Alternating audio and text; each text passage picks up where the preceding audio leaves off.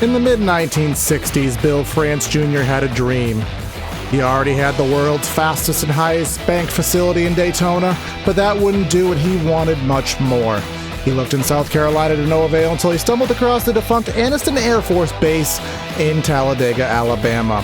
He wanted more speed, more banking to one-up his already colossal facility in Florida, and because of that ambition, we now have the high banks of the Talladega Superspeedway, a facility where speed, risk, and fear meet triumph in the utmost accomplishments. Tonight, the ERSCA PristineAuction.com Xfinity Series will test their luck here tonight to see who can avoid the big one and who can make the right move to take the checkered flag. Here on SimTV Live tonight, it's myself, Corey Silva, and Brandon Kreutz. We've been bringing you guys this series here on Mondays and looking forward to the calamity, Brandon. I know that's your nickname, the calamity, and everything that comes with a race here at Talladega. Brandon? Well, I thought Brandon was here with me. He may be off, grabbing a last-second hot dog or anything, something like that. But there are 2.5 minutes left here in the qualifying session as these guys are still turning their laps on track right now. We'll see who will get the top position on the pylon and start on the front row, which we do know here at Talladega doesn't really mean too much in the sense that, well, it's a plate track. Where you start on lap 1 means absolutely nothing if you find yourself on your lid 10 laps into the race. So it's going to be about strategy. It's going to be about staying in the draft. It's going to be about not speeding in the pits. It's going to be about finding a teammate, and it's going to be about finding that opportunity to take the checkered flag. And I think that's Brandon. Check. Yeah. All right, now we're here. I love this microphone so much, as you can tell by the enthusiasm in my voice. I love all the technical errors that it gives me. Yeah, well, Brandon, not on cue, but here you are again, welcoming our fans here to SimTV for 2.66 mile of Talladega Superspeedway. We know how difficult it is in terms of not in terms of driving, but in terms of navigating the pack here at Talladega. Yeah, absolutely. You're going to be on the lookout here for 2, 3, even maybe 4 wide racing all around this 2.66 mile oval, and all of these drivers, of course, going to be in one big pack. And as you said, a little bit of calamity may make an appearance here, but we're not talking about me either. Yeah, even though I'm here. You must have heard that part of my opening spiel. But yes, again, folks, we do have Scott Crump. He just grabbed the pole from Joe Francis. Time separated by mere thousandths, and just kind of going and referencing what's happened in this season thus far. We just carried a race at Daytona, at Bristol. What am I speaking of? I'm thinking about Pro Invitational race. Bristol last week, Tate, Lytle got it. Scott Crump on the pole right now, already has 2 wins this season. Massi, I'm trying to see where Massi is here on the scoring pylon. Don't quite see him up here, at least in the front. I may not have turned a time yet, but either way, Brandon, we are getting ready. So I do want to thank everyone for turning out here to SimTV. Again, to catch the ERSCA PristineAuction.com series. We will be covering this series all the way until the middle of August, end of August rather. Myself and Brandon will have most of it. Kyle and Finian will pick it up midway through. Hope you guys are enjoying it, and stay active in our audience participation. We do like having fun while we do cover these races, but it is time to get down to the grid. So let's give it to you. The SimTV starting lineup here tonight from the Talladega Superspeedway. On the pole here tonight is going to be the number 51 machine out of Virginia. It's going to be Scott Crump, Joe Francis on the outside of the front row, Kyle Lowry in third, Patrick Gaspar in fourth. We're going to have Kenny Lowry in fifth and Tyler Riggs in the sixth position. We'll let you know the top 10. Davis Warren in seventh. I think that's a new name. Josh Adams, a lot of good runs, not the results to match. In eighth spot, Robert Hill Jr. and Chris Wright, 9th and 10th. The remaining positions will flash by on the bottom of the screen, Brandon. So again, we've seen a lot of good racing this season. We have seen, kind of the guys to expect to be out front that we've seen. Scott Crumps, your Lowrys, Josh Adams, Nick Massi, these guys we expect to be up front every week, but this is where the wild card comes in. This is where you see these drivers, this might be their chance to shine and sneak out that good run if they could put their cars in the right position. Yeah, absolutely it could be, and we know that we can see some of these guys that don't typically run up towards the frontier run up at the front all day long here at the Talladega Superspeedway, and these are kind of the smaller guys, the smaller names here to shine and here on the bigger track. And the Xfinity machines do drive quite well. I can say from the last time that I've been in one on a plate track, they do draft quite well, so they're going to give you that 3-4 wide racing if the drivers choose to do it. I mean, we do have 80 laps here, Brandon, so that's a couple pit stops easily, probably 2 pit stops I would have to imagine it's going to be. So these guys are going to have to watch out for that, and whether it's under green flag conditions and not speeding and staying with your drafting partner, we know how important that is. If you enter with 5 people, you want to exit with 5 people. Can't sacrifice a speeding penalty or locking them up or having some kind of mistakes. Yeah, losing the draft could really absolutely end somebody's day here at Talladega, so not something that you want to do. And all these guys want to try to stay bunched together, even in the smaller groups. Any 2-car, 3-car tandem draft will help here around this large super speedway again. So Scott Crump here on the front row, Joe Francis to his outside. That's going to make up your front row here tonight, and these guys going to do one pace lap around here, one long pace lap around here, and we'll get ready to go green flag racing this next time by. Speak of long pace laps, Brandon, and I will say that is something that does come into effect here at Talladega, as if that caution flag does rear its ugly head.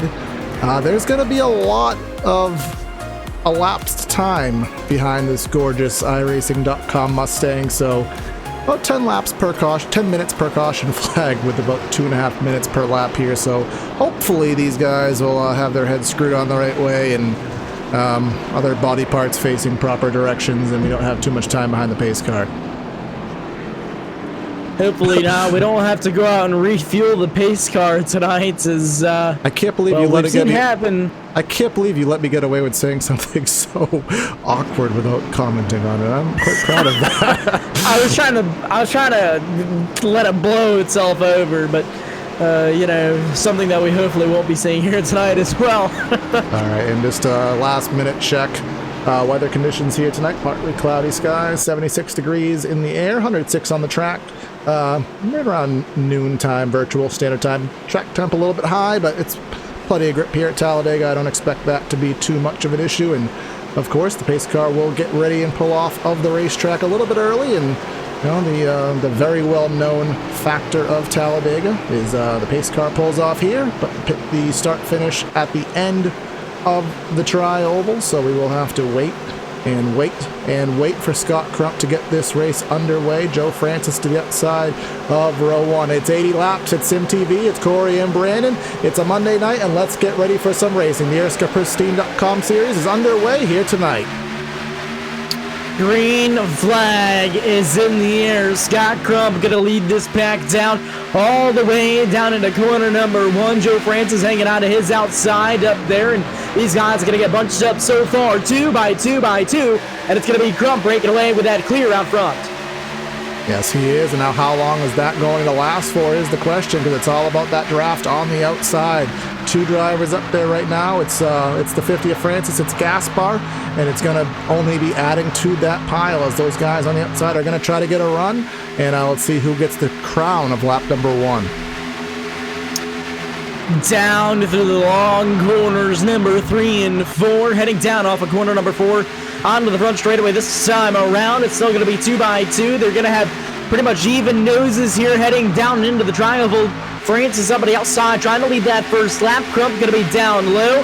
Crump has the momentum. Now here comes the high side. It looks like it's going to be Joe Francis leading lap number 1. Well, that bonus point does go to Francis. Now the question we're going to see a lot tonight is, when you do get clear, do you choose to stay up top with your drafting partner? Do you choose to drop down to the bottom and get that position on the inside and leave that guy high and dry on the top of the racetrack? Do we have a third lane, do I see, a couple rows back? That looks like Josh Adams in the 95. He had a third row opportunity with Chris Wright in the 89, different paint scheme on the 89 car tonight.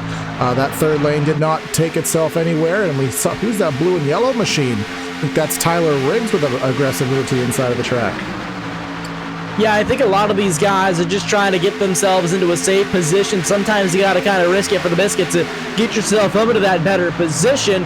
Of course, all of these guys want to make their way up towards the front, but I think the safest area to be in right now is that inside line, because you got plenty of room to move around or maybe even avoid something if you got an incident in front of you. Well, if you're going to risk it for the biscuits, the 50 is trying to send it to spend it on the outside. He has that run from Patrick Lowry, the two-car tandem push. Is he going to be able to get a lead or get the opportunity into turn number 3? Not so much. Car behind them on the outside, I think that's Lowry, Kenny Lowry. He's going to get split 3 wide. The green machine in the middle of the 20. I'm sorry, it's hard to see Talladega, guys. There's so much going on. Thought there was going to be a 3 wide, but that did not last.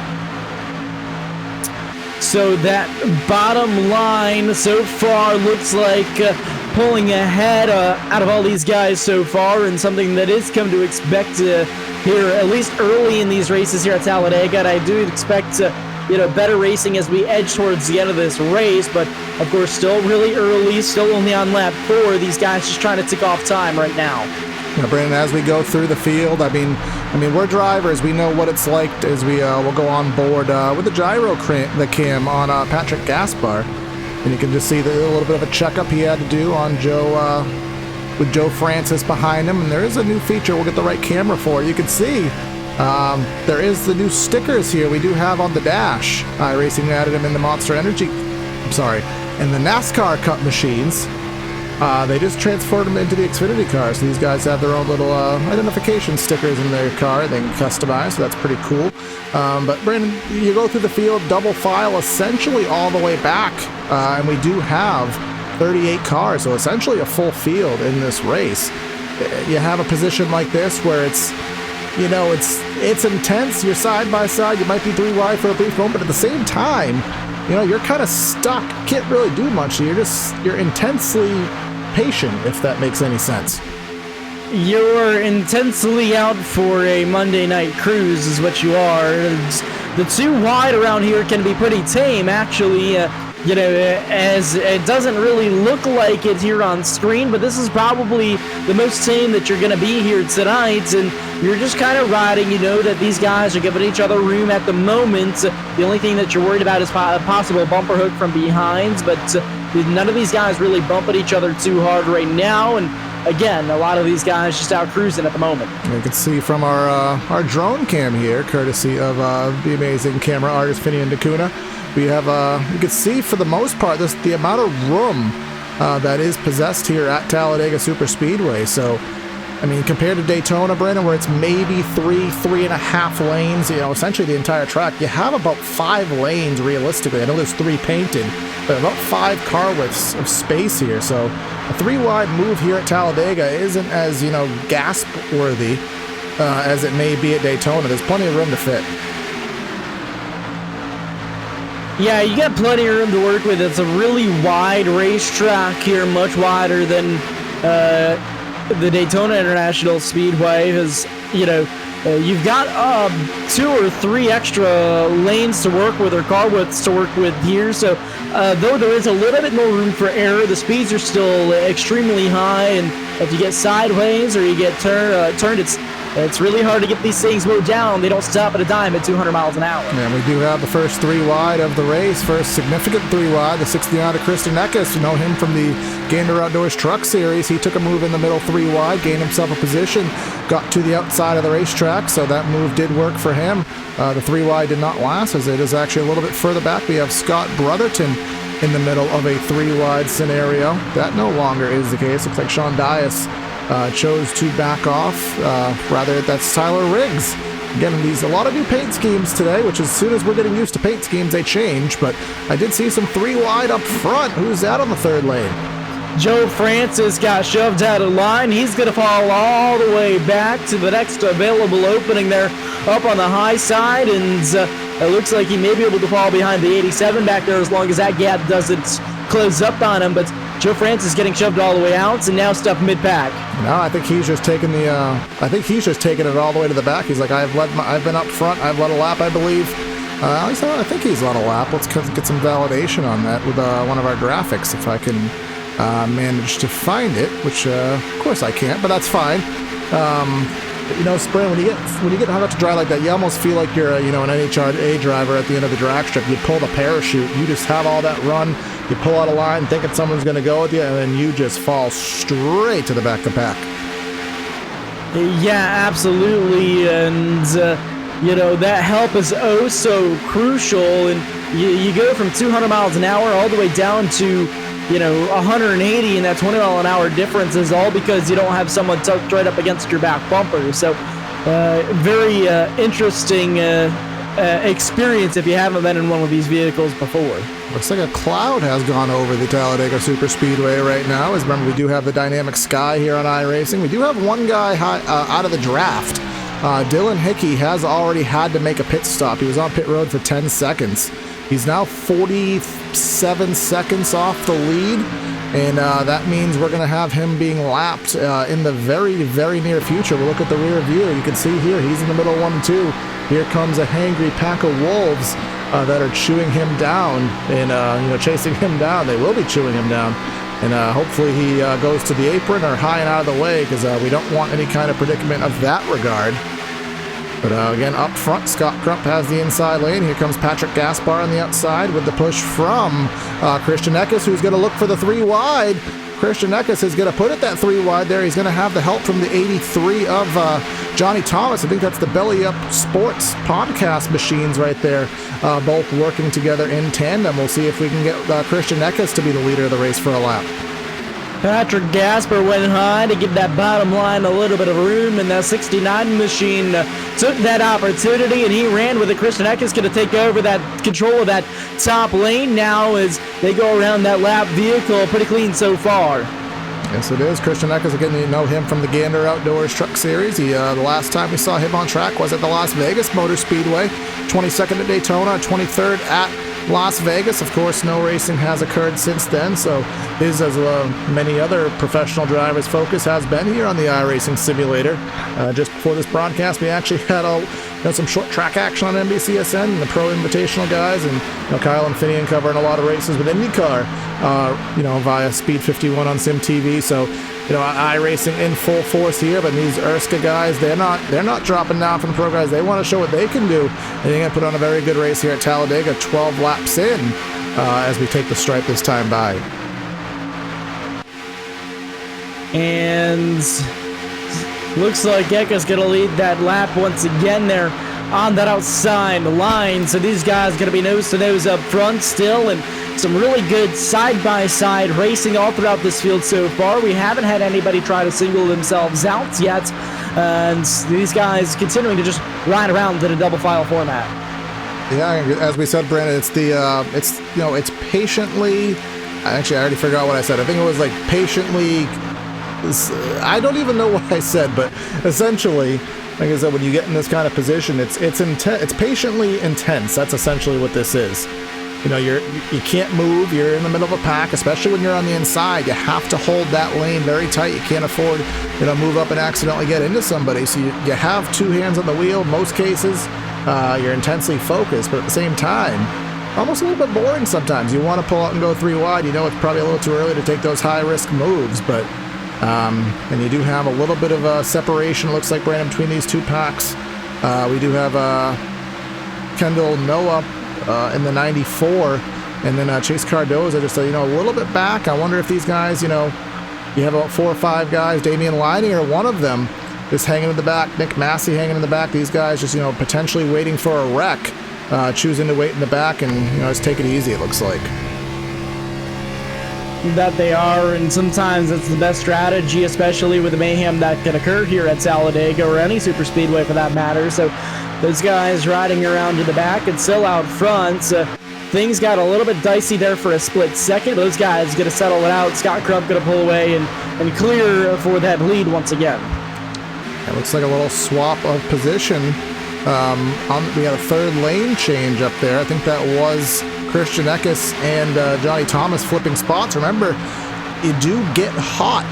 I mean, the radiators in these things have so much tape on them that when you are kind of getting in that slight tandem draft formation, you're going to get hot. You're going to have to switch. You're going to have to, have your other teammate push for a little bit so that you can get some clean air and cool off your engine. You don't want to, the last thing you want is to be pushing your teammate and to have an engine expire in the middle of the pack. We've seen that plenty of times, Brandon, and it doesn't end too favorably when it does happen. Yeah, not at all. So, these guys just trying to ride it out so far right now. 15 laps down at the moment, 80-lap race here tonight. And these guys, again, are riding around and just trying to buy time. I just pawned off on a really corny joke there. But anyways, looks like some of these guys, we've got to give a little bit of some of these guys are trying to get really creative with their stickers, but fortunately there's a little bit of nuances to that. I think they have to figure out having some overstamping there. But Brendan, something that we really haven't brought up all season, and for the sole reason that I just don't think it ever really came up, excuse me for that, is we do have a fuel limit in these machines, 80%. So I do know it's usually about 40 to 45 laps in these things under green flag. But when you have an 80% fuel limit, I'm going to assume that's going to go down to roughly probably 30, 35 laps, somewhere in that ballpark. These guys are going to have under green flag conditions. So again, this is a time where, you're halfway through the run.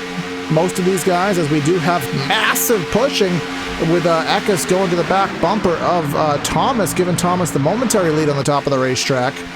But you're going to have to kind of look at who's in line with you. Who do you feel comfortable working with? Where is your stall on pit road? I know I did the iRacing Daytona 500, and these were the conversations we had. 10, 15 laps for the pit stop, just trying to plan out who wants to come on what lap, all these questions you have to answer. Yeah, absolutely. So it will be interesting if that does occur. Now, Thomas dropping down to the inside line in front of Crump up front, so he's going to clear up front, and now Crump goes to the outside. They swap positions there, and Crump going to try to gain that lead back. There's 3 wide to the top. Here comes Eckes with the help from the 57 machine. That's Kyle Lowry. Kyle Lowry has his brother all the way on the opposite side of the track. That's Kenny Lowry in the 22. We'll see if that third lane works, and we have trouble. We have the trouble 8 car down. Around. 56, a Tate Lytle involved. The 10 machine, Zishan Dura involved. Still have some more cars in the back. Joe Francis trying to finagle his way. He managed to actually door someone trying to get out of the way. So massive carnage here at Talladega on lap number 17. Well, that looked like a couple of cars just coming into each other there. The 8 came down the racetrack a little bit, and the 3 went up the racetrack a little bit, and they ran out of real estate, and they collided, and around goes Lafferty down through the center of corners number 3 and 4, and collecting a couple other cars along with him. Yeah, just trying to go back here on SimTV replay and find what happened here as we're going to go through. Looks like we're coming through 3 and 4. We'll go up from our blimp cam. Oh, it was a little bit further back. We did miss it. We'll get it on. We'll get it on try number 2. Apologies, folks. And there's so many cars here at Talladega. It's very easy to to miss something big as it does happen live. I think we have a good scope on it right now. I think you said it was the 8 of Richard Lafferty, Brandon? Yes, it was. Yep, the 3 is Zach Patton into the left rear. There it is. Patton fans. Patton is the causee of the first incident tonight. Then you can just see, as cars pile in from behind, Damien Leininger just barely misses it. Again, the beauty of those guys at the back of the pack as they chose to, just sit back there and wait and see what happens. They missed the wreck, and we do have a bunch of drivers headed down pit road.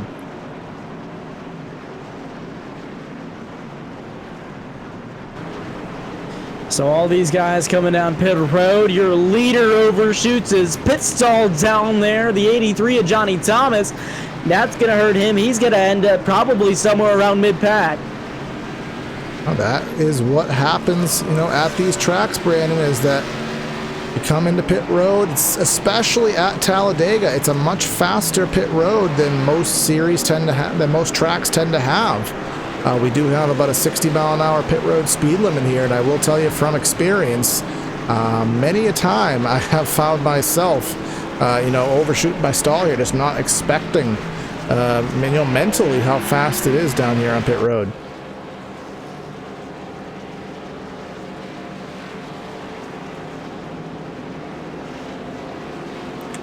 So the field comes down off of pit road now, and looks like it's going to be the 51 machine out front once again. That's going to be Scott Crump. Yeah, we do actually. It does look like Kendall Noah player in the number 94 machine, at least for the moment, showing himself up front of the field right now. So we'll see if he does choose to pit again. He's probably going to have at least 10 more laps available to play with in the tank. So whether he chooses to pit now or later, I guess, is to be decided. But at least as of now, he is up front.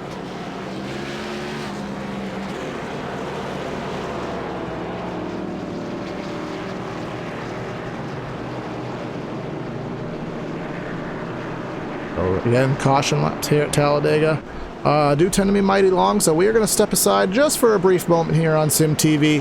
We'll be back with you guys on the one to go, so please stay with us.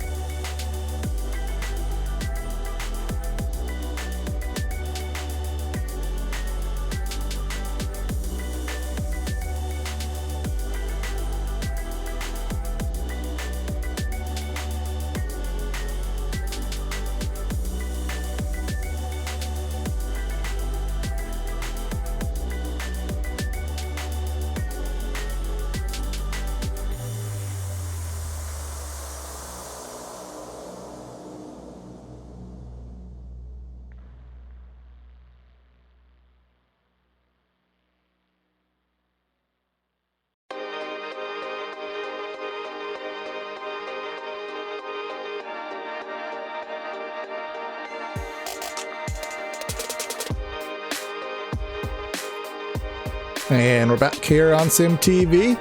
After a little bit of a break, trying to get, just a little bit of a reset, get another glass of water. There's a lot of calls here with the excitement of three wide racing under our first caution.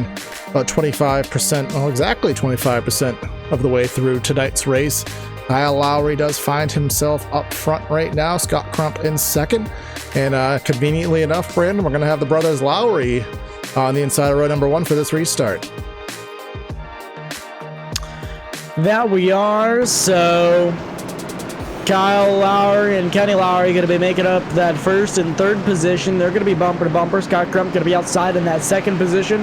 Christian Eck is back into that third spot. Johnny Thomas falls back to fifth after missing his pit stall there on that round of stops. So most of these guys, I think, ended up taking either fuel only or 2 tires in fuel. So see how this all plays out, as most of these guys should be all set as far as the fuel situation goes, at least for, you know, a full fuel run here. So pace car ready to make its way down next time across out of turn 4. So we'll be getting ready to go green this time around. Yes, we will. And what we were just alluding to that last time by, Brandon, was, you know, it's probably about 30-35 laps, I would estimate, on caution. I mean, rather on green flag stops. Didn't quite get there to confirm that. So I guess we'll have to wait and see if we get another green flag run and see how this does play out. Again, we just had our first caution of the race, and it was actually caused by the fan favorite of Zach Patton having a little contact with Richard Lafferty in corner number 3. So far, Dylan Hickey, Chase Cardoza, and Josh Neal are, at least seems to be at the moment, out of the race. Everybody else still have 36 drivers on the lead lap. The last one of them being Tyler Riggs. So I guess we'll see what happens this time by, Brandon. We're getting ready for the restart. Take lap number 22. So pace car getting ready to make its way down into the safety of pit road this time by. It pulls off into the apron and now down onto the pit road, and Kyle Lowry going to be leading the fields back to the green flag this time around. And again, that long wait all the way around through the tri-oval as the start-finish line located just after the exit of pit lane. Lowry going to be your control car here. The field stacked up, doubled up, and now green flag is in the air. There he is. He's waving that flag aggressively as all 36 drivers on the track will get themselves ready for some more green flag action. Coming into corner number 1, the Lowry brothers on the inside. It's going to be on the top of the track. It's going to be Crump with the help from Christian Eckes. Heavy on the bump draft is that number 51, rather the 69. Yeah, Eckes trying to get the 51 back out front right now, and it's maybe not even necessarily to help Crump, but maybe even to help himself. Is you know, the only way to get out front, you got to get the guy out front with you. So you always have to have a partner in this game. The 2 Lowry brothers down on the bottom there. No doubt that they're going to be helping each other as much as they can here tonight. So those guys going to clear it again. The bump drafting here really coming into play early in this race. As we're on board with the 69 in the rearview mirror, we'll go get the nose cam of Christian Eckes. He really was not lifting that much off the bumper. They were essentially locked through the entirety of corners number 3 and 4. And again, he's trying to push Crump as best he can on that outside lane. The 57 machine just behind of Adam Pettit isn't quite to the back bumper of Eckes to give that extra little bit of surge. Looks like that surge now may be coming as the 1 of Scott Brotherton is closing into the back of the 57 of Pettit, giving him that run. That's going to give that outside that advantage. We'll see if Crump's going to be able to clear. If he is going to be able to clear, he was clear, and he's going to hang out. Eckes on the top of the track goes to the bottom for the lead. Crump cutting it super close there, down on the low side, and really had faith in his spotter there. Now Christian Eckes looking up on the high side. Crump still cleared down low with the lead, this time out of the tri-oval, and now that 69 machine looking to see what he can do up top. Yeah, we'll see. I do see a glimpse of 3 wide just for a brief moment. That 3 wide is no longer. Some things we will have to note as well, as whenever you see a car stick out a line like that, the 57 just did exactly that. Sometimes it's for a 3 wide, Brandon. Remember, sometimes it's just to get a little bit of cool air in that radiator. Yeah, absolutely. A little bit of ducking around, especially if these guys are trying to keep a close eye on their temperature still early in the race. You don't want to blow an engine, especially right now. So Eckes is going to clear for the lead down low now. That leaves the 57 up top leading that high line. Yeah, that high line is starting to drop, and now if you're the 57, do you take that, or rather if you're the 51, do you take the run from the 57, cut up top, try to get the lead that way, or do you stay on the inside patiently with the 2 machine of Kyle Lowry behind you? Looks like he will choose the latter of the options. And again, just to kind of reference, you know, some things in the league with the points right now, things that may be dictating some of the decisions these guys make. Scott Crump is your points leader by 14 over Tate Lytle. We did see Tate Lytle get some contact in that last incident. Trying to figure out where he is on the track right now. He's in the 19th position, is Tate Lytle. So this could be, with some right rear damage, could be a pretty big day in the points for Scott Crump if he's able to have a respective top 5 finish. Absolutely, it could. We know Crump is fast here week after week, and just proving that he is here, going to be able to run up fronts here on the super speedways as well. That 51 machine's been hanging around the top 3 pretty much this whole race so far. Yes, he is, and again, there's a lot of tracks coming up. We actually have a week off. We'll head to Dover. A lot of mile-and-a-halfs, road courses next in play, Brandon. And I know we haven't talked about this too much yet, but the final race of the playoff, the final race of the regular season, Brandon. Any guess where that's going to be? I have no idea. The final race of the regular season is nowhere else but the historic North Wilkesboro Speedway, as it's released to iRacing is on the near future. So and these guys this is the wild card week, whether it's to be to get yourself in the playoffs or whether it's to be to hang on to it. A lot of mile-and-a-halfs coming up, and obviously the completely unknown track will be the final straw to get you in the playoffs, as we do have, it looks like, a 3-wide move. Nope, it's not going to be a 3-wide move. It's going to be the 2 with the aggressive move to the outside of the track. He's going to get in front of the 57. The 57 is going to try to split him in the middle and go to the top 3-wide. Pettit says, I'm not helping you, Lowry. I'm going to split a 3-wide move, and I'm going to get some help from Scott Brotherton. Lowry gets sucked into the middle, and well, he's going to get sucked into the vacuum cleaner there in the middle, but still able to hang on. He manages to make the pass back up top, and now his brother goes with him. The Lowry brothers together once again. Yeah, the 2 of Lowry decided he's not going to be in the vacuum hole. He does not want to be hoovering anymore. He's going to get right behind his brother on that outside lane. Now the 57 stuck to the outside. The 08 machine of Will Cannon. He is in the middle right now, trying to help out, and now he's no longer going to be in the middle. He's on the outside lane. Here comes the 69 with an aggressive block to the outside. Here comes Kenny Lowry to the inside, now into the middle. It's going to be 3 wide up there for the lead now. Eckett's going to fall way up to that high side. He's going to have help behind him. That's a 57, a huge bump to his back bumper there. Now, was Eckes clearing the radiator, or was he just trying to find his partner up top, or his new partner in the 57 machine? He's going to go from the lead all the way back to the 9th position right now. But now up front, it's going to be the 22 and the 51. And now what's going to happen? The 22's clear. Is he going to leave his brother, or is he going to stay up top? Here comes Eckes again to the outside 3 wide, and that's going to be Kenny Lowry dropping to the bottom, leaving his brother in the up top. Eckes is trying to make a move there up top, but he's got help behind him, but just not quite able to get it done. And again, Kenny Lowry drops down, like you said, Curry. He left his brother in the dust, but now these guys are going to be duking it out for the lead. They're going to be duking it out for the lead indeed. And now what's the 22 going to do? Is the 22 going to try to go block? I'll put his brother up top. His brother of Kyle has the help from the 08 to Will Cannon at the moment.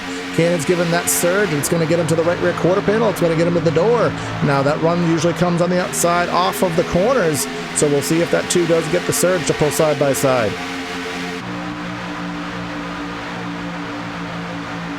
And that he will, and that 2 machine trying to fight for the momentum up top, but he's got Will Cannon behind him trying to give him all the momentum that he can. Again, these guys have been really aggressive on the bumper so far here tonight. Cannon proving just that. That high side pulls even with the bottom row now.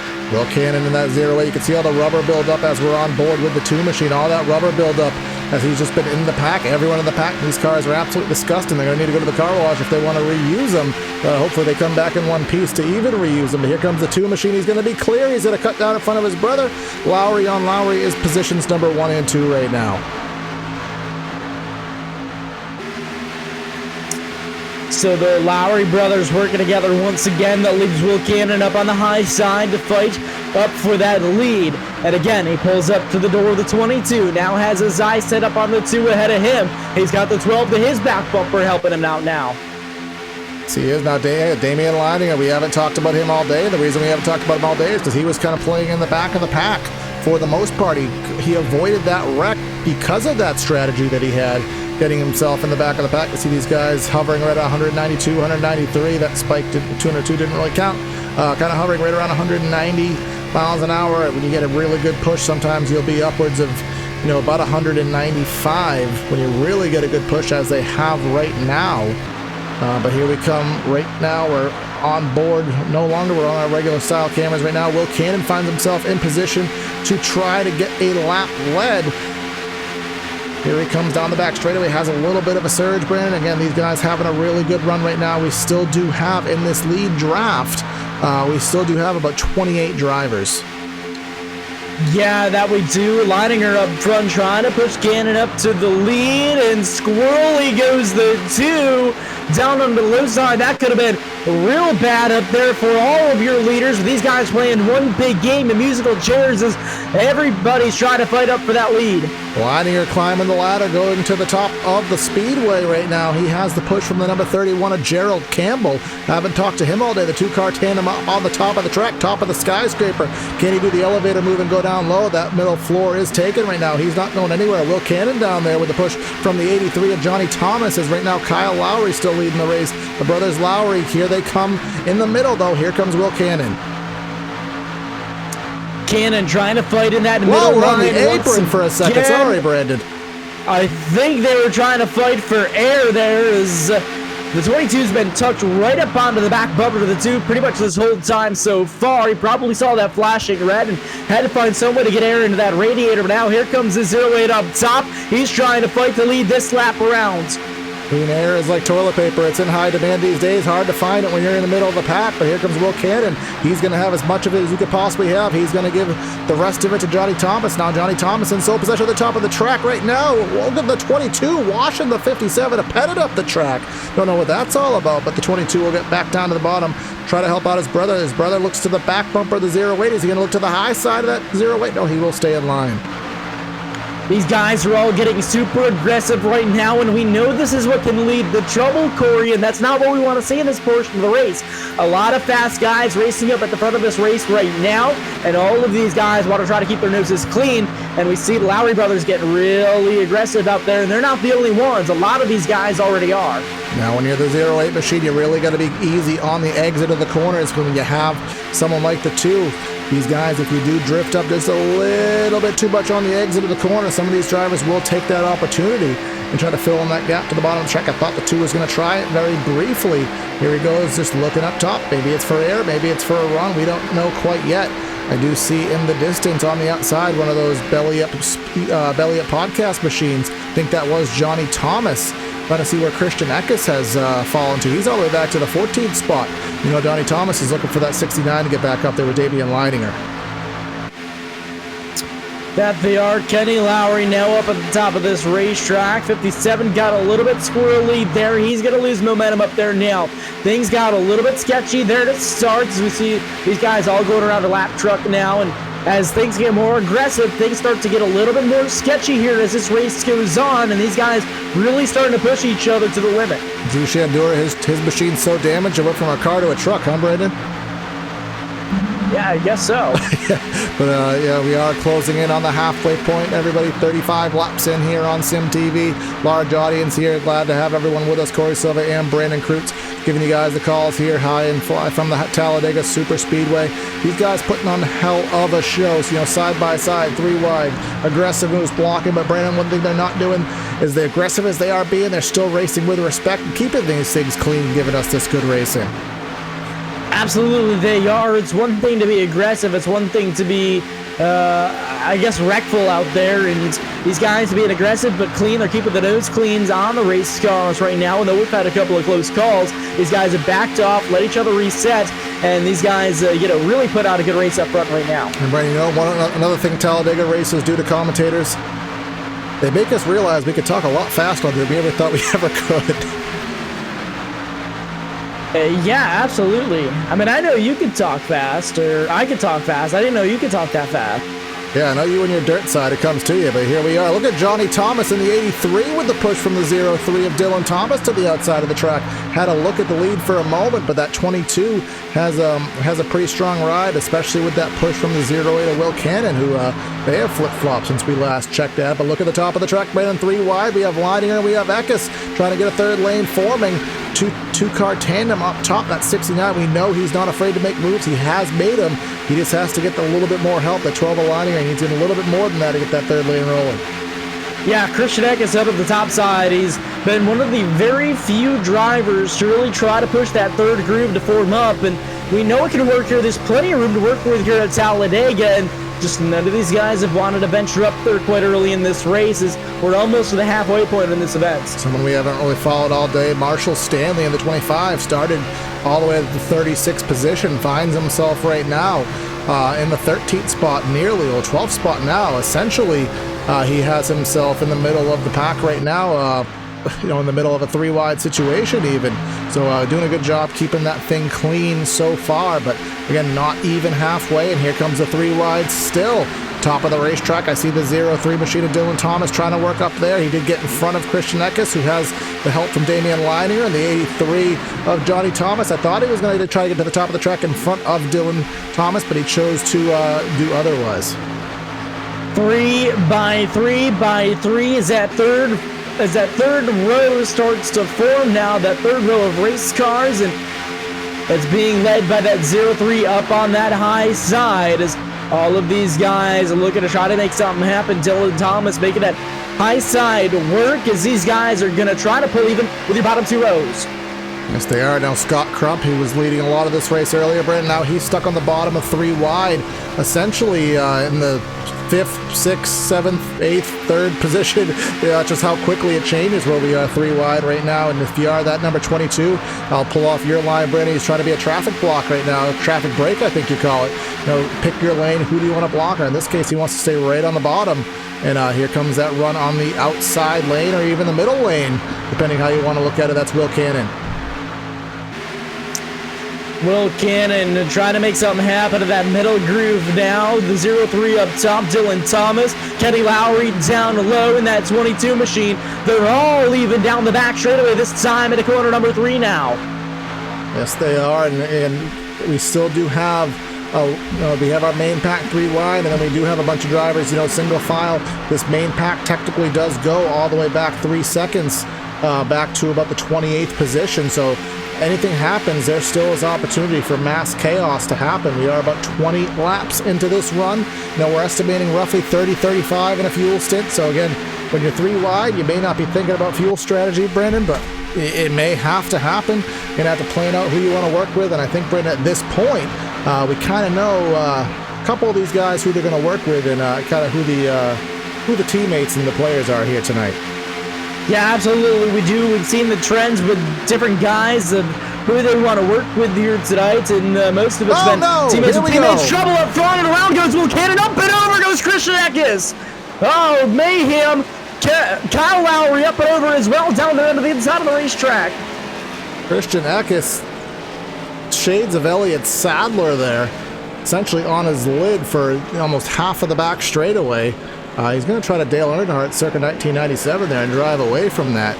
I'm not sure, Brandon, if these guys get repairs, but we'll have to see if they do have a faster rate. I do not think that they do. So these guys will have to get repaired, and that's going to take out a good portion of the field. Let's try to find the best angle we have on this incident. So back on the Sim TV replay, and it looked like just a bumper hook from behind that 08 machine. Lowry looked to the outside, maybe trying to gather air, and when he came back down the racetrack and hooked that 08 up into the 3 rows of race cars behind him, Eckes got pinched up into the outside wall, and he rode almost all the way up into that outside catch fence, and a long slide upside down for that 69 machine. Yeah, I think we're gonna get 2 onboards right here. I want to get a rear deckage shot of the 08 and watch that contact. Actually, maybe even a gearbox shot.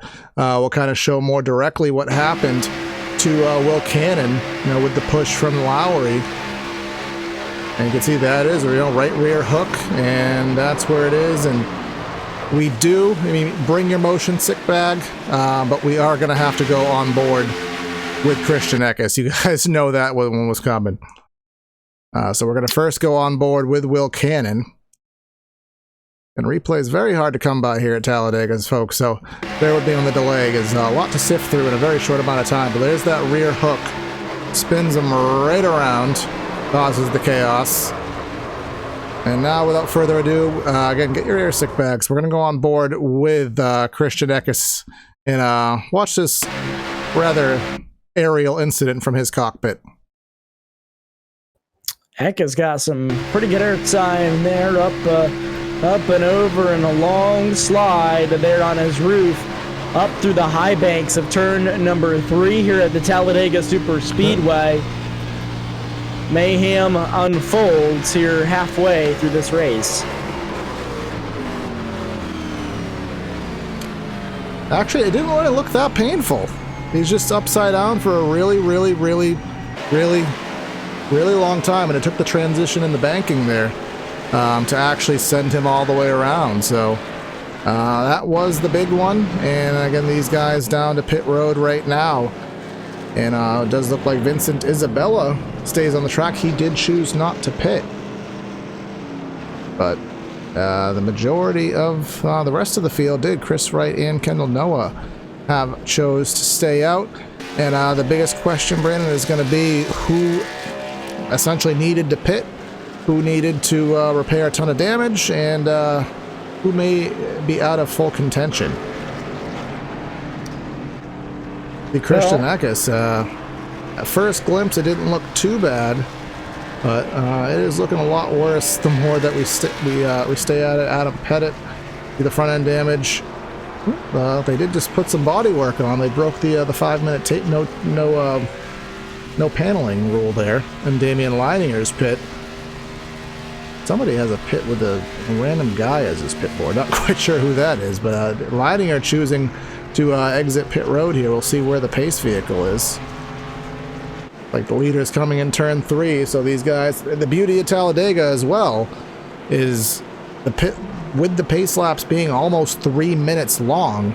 You do have quite some time to to get some damage fixed, sometimes up to 3 or 4 minutes per caution. Yeah, absolutely. It is, does work out well for some of these guys that have damage. I think, unfortunately, for a lot of these guys, it's really going to put them out of contention here for the rest of the night.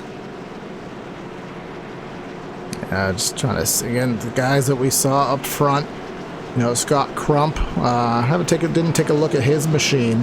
That number 51, you can see the damage on the number 8 machine right in front of him, of Richard Lafferty. He was involved in the earlier incident, but Crump has a crumpled front nose of that vehicle, which the beauty of the draft, Brandon, is it is a little bit of an aerodynamic band-aid. If you're by yourself, of course you are going to be at a detriment, but when you are in the draft, if you're able to stay close enough to the guy in front of you, a lot of times you can still manage to keep up. You can't pull out and make moves, but you can still help people in their endeavors. Absolutely true. So a lot of these guys cycling through pit stops, and a couple of new faces here out front, Corey. And Marshall Stanley and Sean Dias up front right now. We got Johnny Parham, Robert Hill Jr., Scott Brotherton, Zach Patton, fan favorite in the position number 6. Remember, he was involved in that first incident. But so far, that machine is looking rather clean, so they must have got it fixed up after that caution. Got Jake Finch in 2nd and 7th. Brandon Key, haven't talked about him at all tonight. He's in the 8th spot. And Josh Adams quietly working his way up there in 9th. And rounding out your top 10 is Gerald Campbell.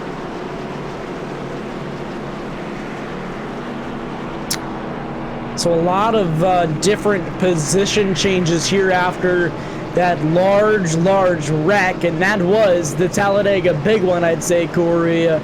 So a lot of new faces are up front. A lot of these guys that were riding around in the back now flip-flopping here with scenarios, and now going to be restarting this race up front.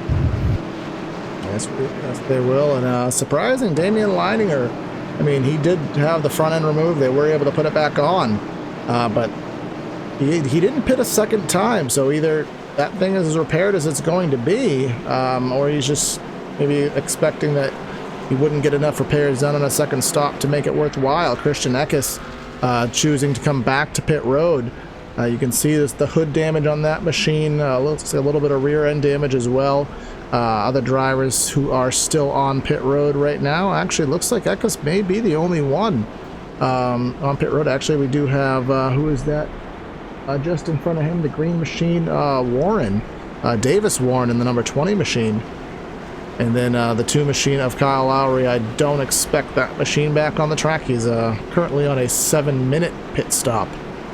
So very significant required damage. And, you know, the way the iRacing server works is you have your required damage, which you physically cannot leave the pits until that damage has been repaired. Then you have your optional damage, more usually your body damage or some slight suspension issues, which are voluntary repairs. So typically a big wreck at Talladega, sometimes you may be in the pits for 10-15 minutes.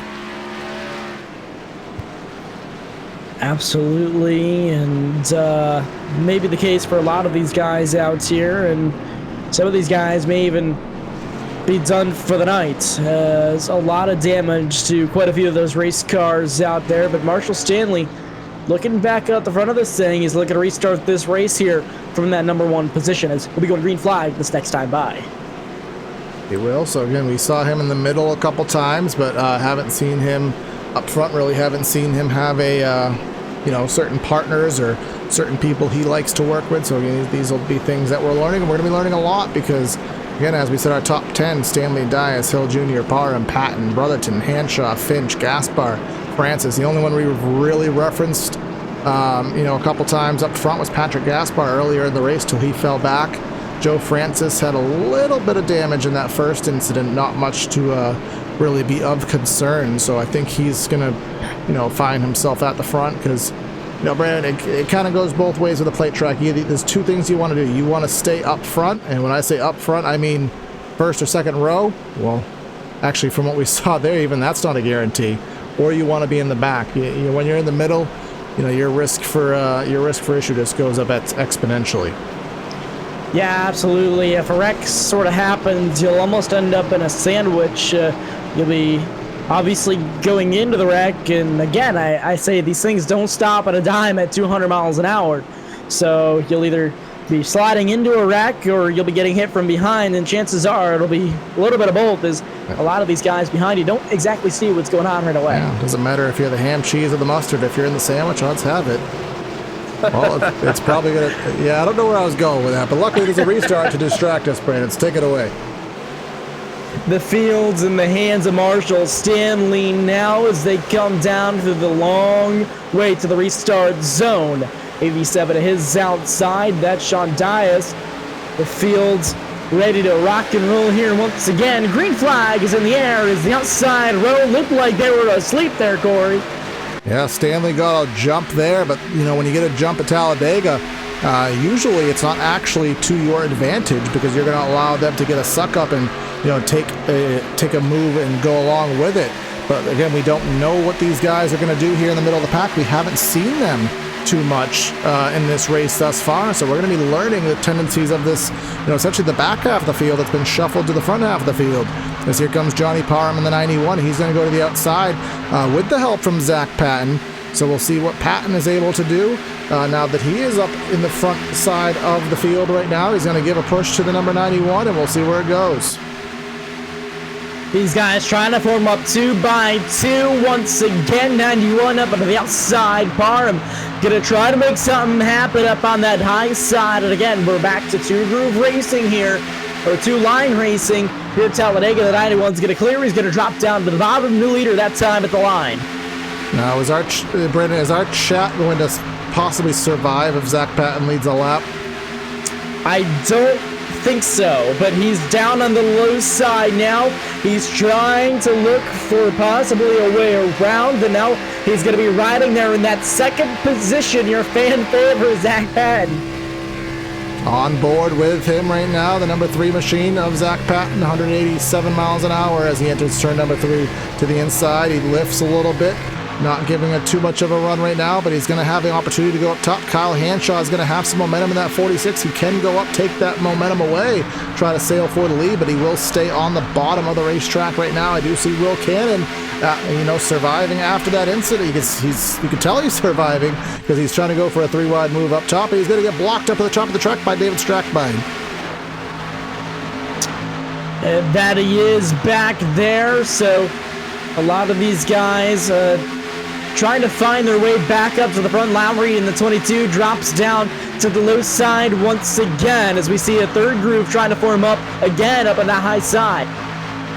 Third groove, you can see the 08. He was thinking about it. He moved out back down to the bottom. David Strackbein is going to be the one to pull the parachute out and sail onto the back of the pack. Luckily for him, there's going to be a hole that opens right behind the 86 of Patrick Gaspar. So he will settle himself into approximately the 17th position. That does change every 36 seconds. But up front, again, Patton's sitting right behind Johnny Parham and the number 91 machine, but now Kyle Hanshaw using Josh Adams. Where has he come from? He's helping that leader on the outside lane, second in line, with the help behind him of Logan Shea. Haven't said that name all night. Yeah, new face is up towards the front of this thing, and we know that Adams can be faster week after week, and now trying to prove that on the super speedways as well. He's kept his nose clean so far through that race, and that's going to be super important. 46 was clear for the lead. He's going to hang on to the drafting partners here up on the outside. Yeah, thought he was going to bail right now, but he chose not to. Chose to stay right up there on the top of the racetrack. Now that he's going to be clear, Hanshaw's going to be clear. Is he going to take Adams along with him for the ride? And then you have Logan Shea right behind him. That's teamwork on the outside of the truck. Are they both going to clear? Are all three of them going to clear? Here comes two to the bottom. Logan Shea is going to be the odd man out. He's not going to fit. So he's going to be stuck. He's going to have a slight opening. No, he's going to stay up top now. Scott Crump in the 51. Remember that slightly damaged number 51 of Scott Crump. Thought about going to the bottom. Has to stay in line. Let's see if he gives a push to Logan Shea. He's going to try to stick with him. Now Adams going to jump up in front of that second group on the outside, and now might be stuck. The 33 has to jump up to avoid. Nobody goes with him up into that third group. Scott Crump with a coupled front nose up there. He's going to hang on to the back bump of the 95 now. Yeah, that was just a little bit of a, I don't know Logan Shea, but that move was a little overly ambitious. I think he just got the run, and sometimes at Talladega, you're going to have the run, and you're going to get really excited, you're going to want to go somewhere with it, but you have to kind of plan it out and see if it's going to be there, see if it's going to sustain. He wasn't able to do so. Lost himself, positions back to around roughly 11th, but Josh Adams going to find himself in the lead right now. 84 machine of Robert Hill Jr.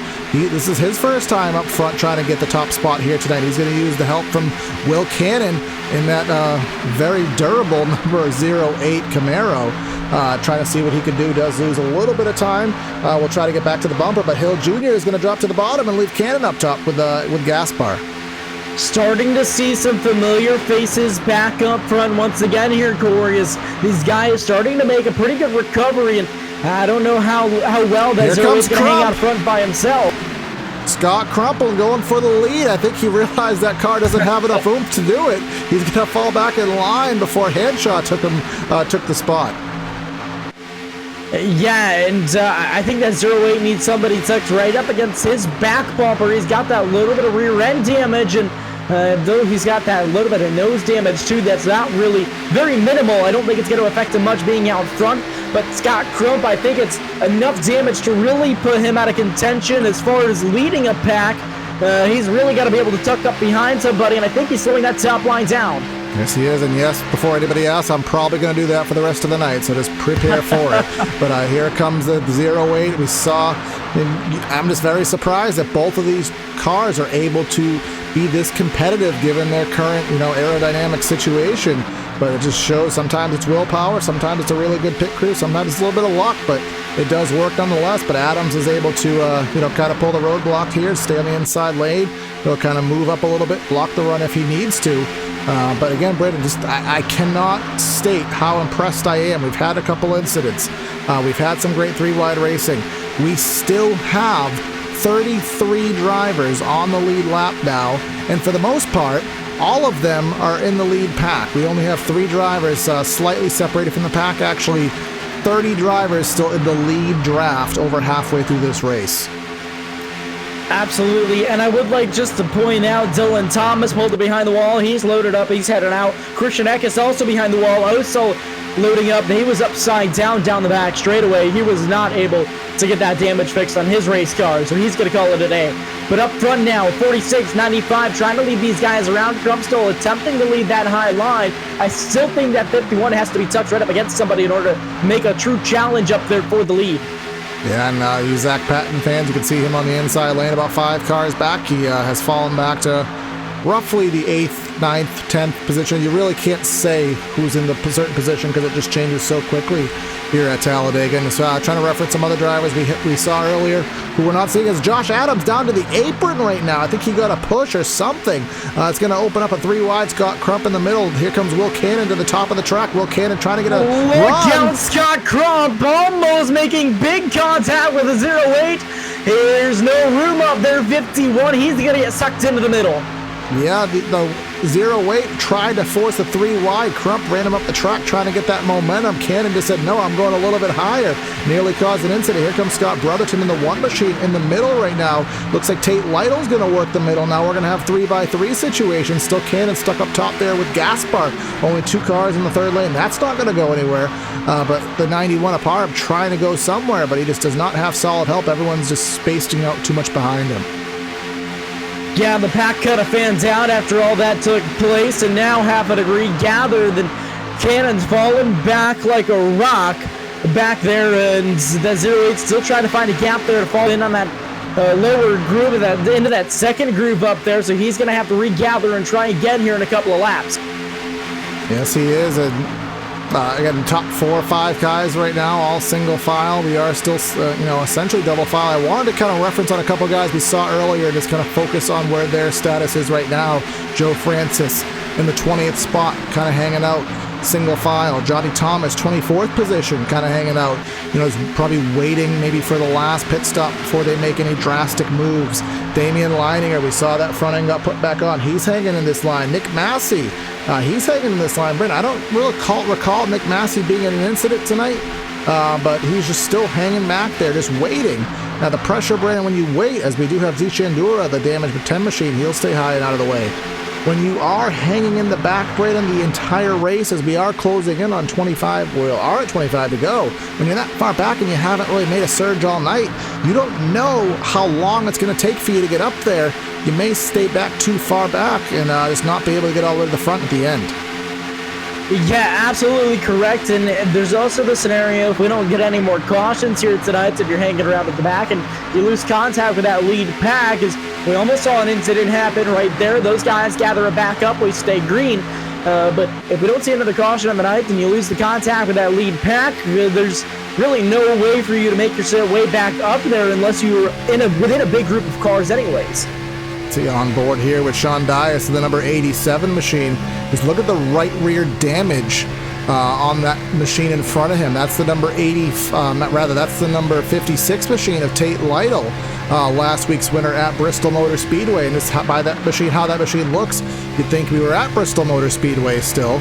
But obviously Talladega can kind of act in similar regards to the conditions of these cars, as you can tell by Scott Crump and company. But it does look like at least up front right now, that 2nd lane not able to get going. These guys really straddling that apron on the entry of the corner, getting me a little bit nervous.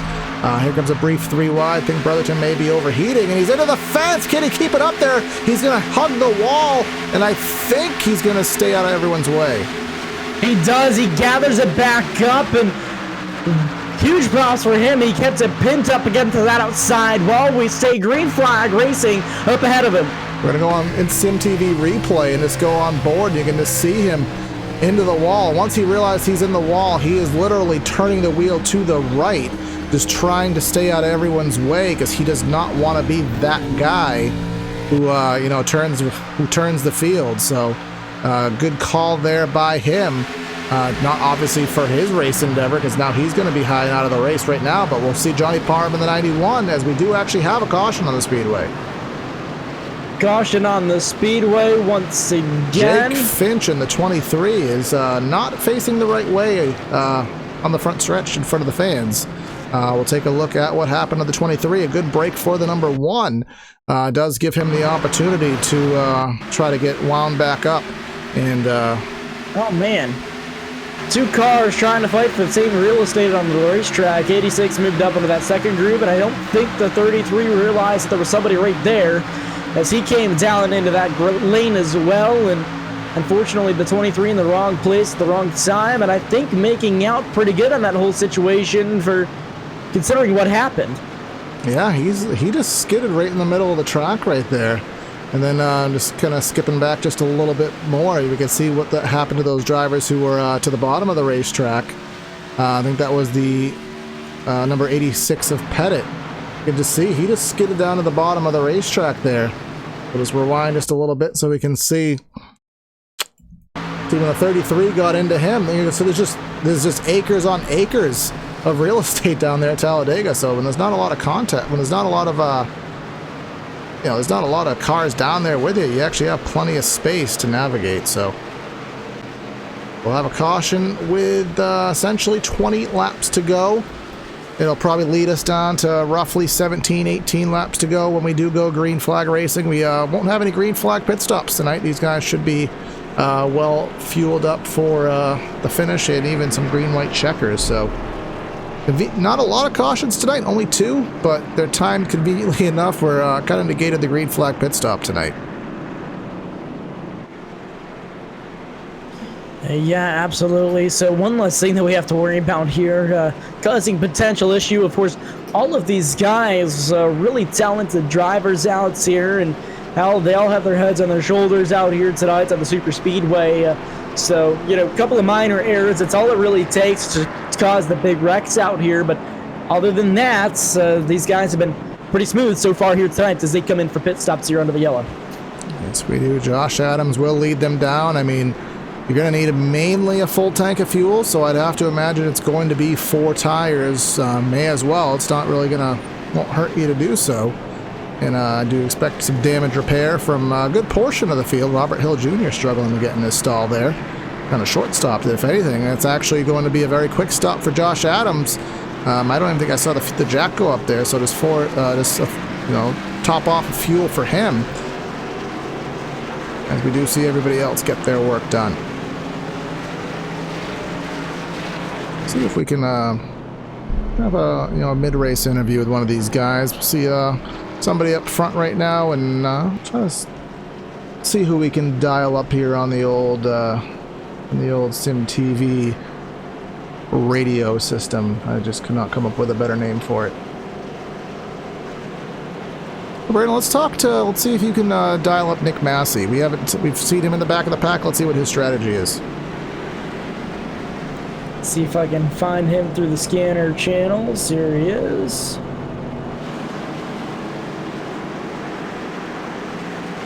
Hey, Nick Massi, Corey from Sim TV. You got us, brother? Hey, what's going on? All right, so it's been a really good race for the most part. I know we've had a couple cautions, but you guys have been doing a really good job. Clean 2-3 wide racing, really good to watch on TV. Haven't seen you been mixing in the shuffle yet, but we're on the latter third of this race, so what's your strategy to work up there at the front? Well, it's time to go now. We got 20 to go, so it's time to start on my 22nd here, so I think it's time to start going forward. Just gotta hopefully pick the right lanes, pick the right guys to be behind, and we'll see what happens. I had a fuel strategy there. I came to top off under the last yellow. I was sitting like a lap and a half to good there. I was hoping to go green, maybe steal one, but fortunate that caution flew there. Kind of bummed. Now, yeah, I mean, we were looking at that, just trying to see if fuel was going to come to play. Not so much, but have you timed it out at all? Like knowing if you're in a certain spot, do that, 2-minute drill. Do you kind of have any idea how long it'll take you to get up there under ideal circumstances? I haven't really had a chance.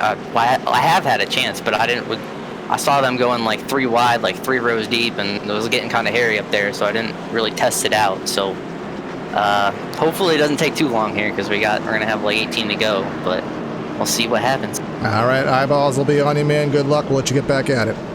Yep, thanks, guys. It's Nick Massi, and if we do have another caution, and he even is available, we will see if we can talk to the one, the only, the man, the myth, the legend, Zach Patton. I don't actually think we do have him available. So well, let's just see. We are on 1 to go.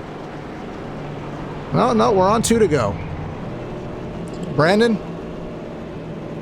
I'm gonna give you the Sim TV honor to talk to the man, the myth, the legend himself. Let me see if I can dial him up here. Boop, boop, boop, boop, boop, boop. Zach Patton, Sim TV. Got a copy? What's up? How's it going? It's going pretty good, man. It looks like you're kind of having fairly good nights here tonight as well. You've been up towards the front a couple of times. How's that race car feeling? It is doing good. I hope I didn't cause a wreck there earlier. I couldn't tell. It looked like he may have came down on me a little bit, but so far it's handling good. I had a little problem in pit stops right there. I passed my pit stall by about a stall, so that kind of put me back a few spots. But when we go back around, we're going to try to get back up there. You're sitting up here in that 14th position so far. We know that that car has the capability to be up front. You got a strategy to make your way up front, or are you just going to try to pick guys off? It's just going to be a thing where when I see a hole, I'm going to have to take it. We're running out of laps here. All right, man. We're going to let you get back out, and we're going to let you focus here for this upcoming restart, and best of luck to you here at the end of this race. Real quick, if I could give a shout-out to all of my fans, because they keep me going. Absolutely, man. And is there anybody else that you'd like to shout out while we got you? Yeah, family, my fraternity brothers, they're all watching. Everybody's watching family, so I appreciate what y'all do, too, and SYM TV.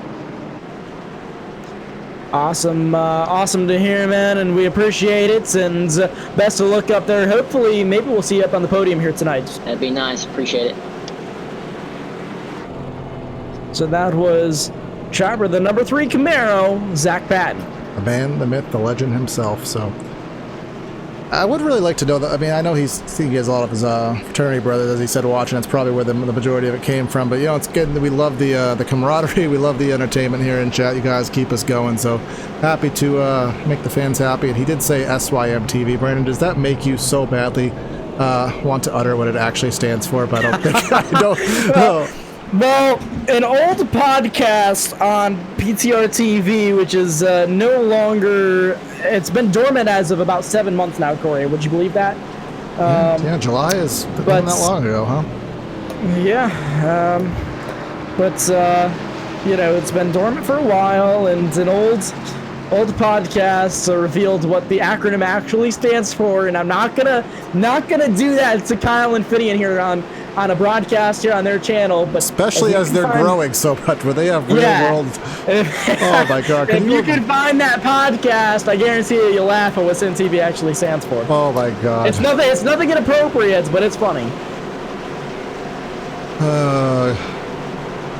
Oh my God! You know that face. There's that SpongeBob episode where his face goes all the way to the top of his head because he has something that he wanted to say to Scribbler. Yeah, that is we're not gonna do it to them, not yet. All right. So we do have. We're going to be coming to 18 laps to go this time by. It's going to be your couple drivers to the inside row. It looks like we see the 91 of Parham, the 18 of Joshua Personet. I don't think I've said that name once tonight. And then we have the number 26 of Tyler Riggs. Your outside row will consist of Gerald Campbell. I think we've only said him about once tonight.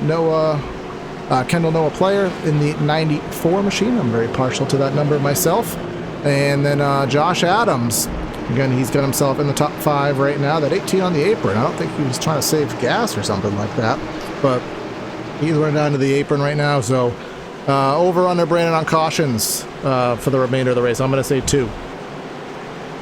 2 more cautions. I'm gonna give it. I'm gonna give these guys the green flag run all the way to the end. That's my guess. All right. Well, that is what I hope to see. I hope I'm wrong, but I guess we'll find out together as we come to the latter third of the race here on Sim TV for the ERSCA PristineAuction.com Xfinity Series. Here we come through the tri-oval here at the Talladega Superspeedway, getting ready for the restart. The 91 of Johnny Parham is going to get on that accelerator. He's going to get ready to go, get this race underway. Personet with the amazing push, that outside lane. Where are they? They are not assembled at all. No, the rest of those guys were asleep back there, and they head down to the high banks of quarter number 1, and now down through quarter number 2. These guys start to gather themselves back up. Once again, the outside line didn't lose too much. Now 31 is struggling for help. He's got Adams coming up behind him now. Yeah, Adams is going to try to send as much as he can. He's going to try to give him that draft, try to give him that push, try to give him that momentum on the top of the track. And I think here it comes. Here it is, winding on up. Tate Lytle. What's he doing up there in that number 56 machine? He's here ready to party as this race concludes. And he has a lot of these faces up here towards the front now. And whoa, little little sketchy up there. The 18 switched lanes. They stacked him up behind him. So far, we keep it clean and green. Little boot scoot there. The 95 gave the number 31, but he kept hold of it, that momentum.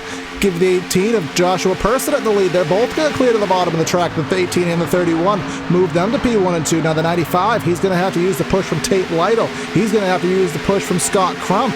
See if that 95 can get himself to the lead. But here comes Parham taking the momentum up top. 91 jumps up into the high side. He knows that 95 is a fast race car. He wants a piece of that action. He wants to find a way to get back up towards the front of this thing. Yes, he does, and he's going to try to get that momentum right now. That top of the track only has 3 guys. Scott crumpled in that 51. That crumpled aspect is giving him the disadvantage not being able to stay with Tate Lytle, which is only going to hurt those guys up front. Crump's going to fall back into the clutches of Zach Patton in the 3. Damien Lining are just behind that. So that top is disassembling, giving that inside lane the momentum. You can see single file for a good portion of the field. That outside, not where you want to be, at least on this lap. Not really where you want to be, at least on this lap. The 95 is posed right up to the door of that 18. Nevertheless, these 3 cars up on the top side of this racetrack really trying to make something work.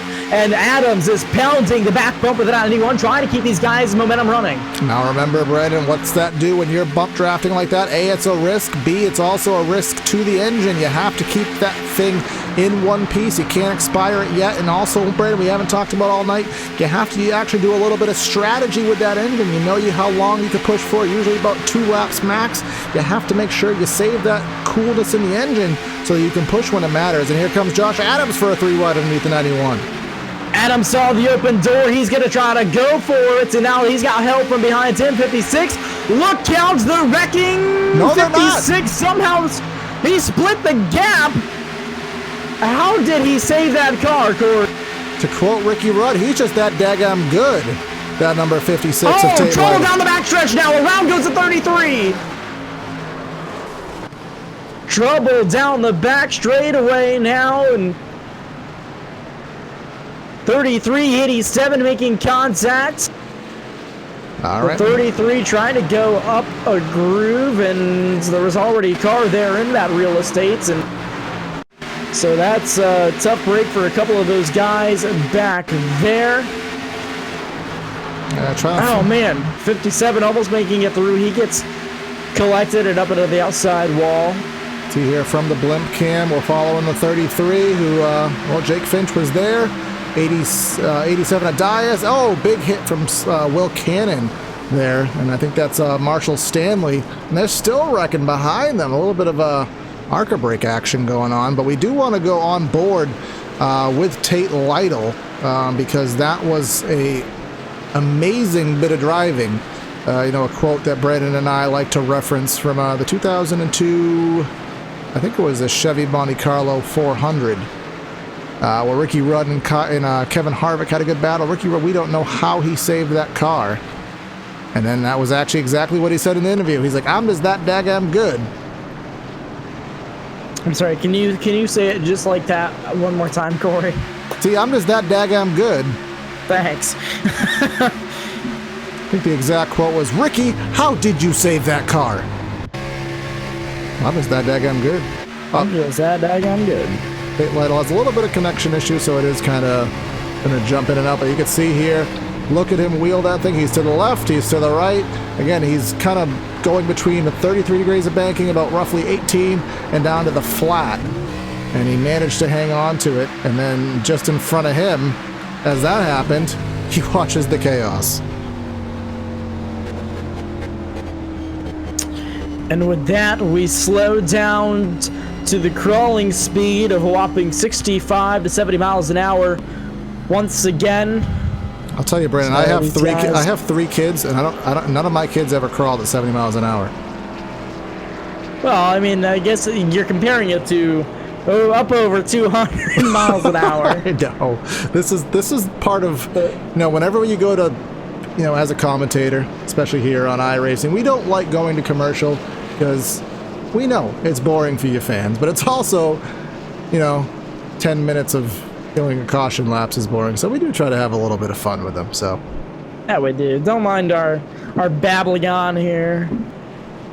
Something I always thought about that I kind of wish that, I never did it in 2003. Obviously, iRacing's never going to have a track editor.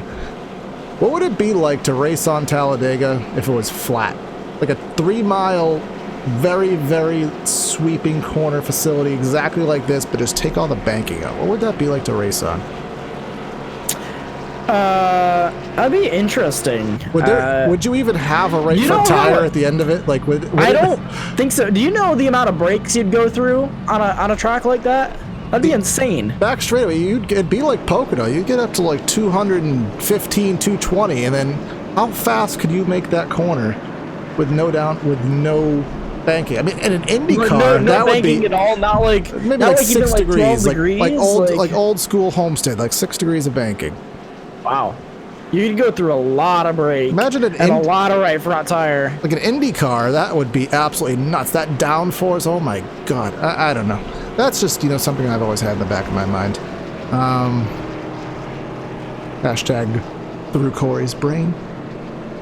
But so we are gonna probably take this green flag. We'll see if the lights do go out this time by. I'm not sure if they will. We may get another 2 pace laps or so.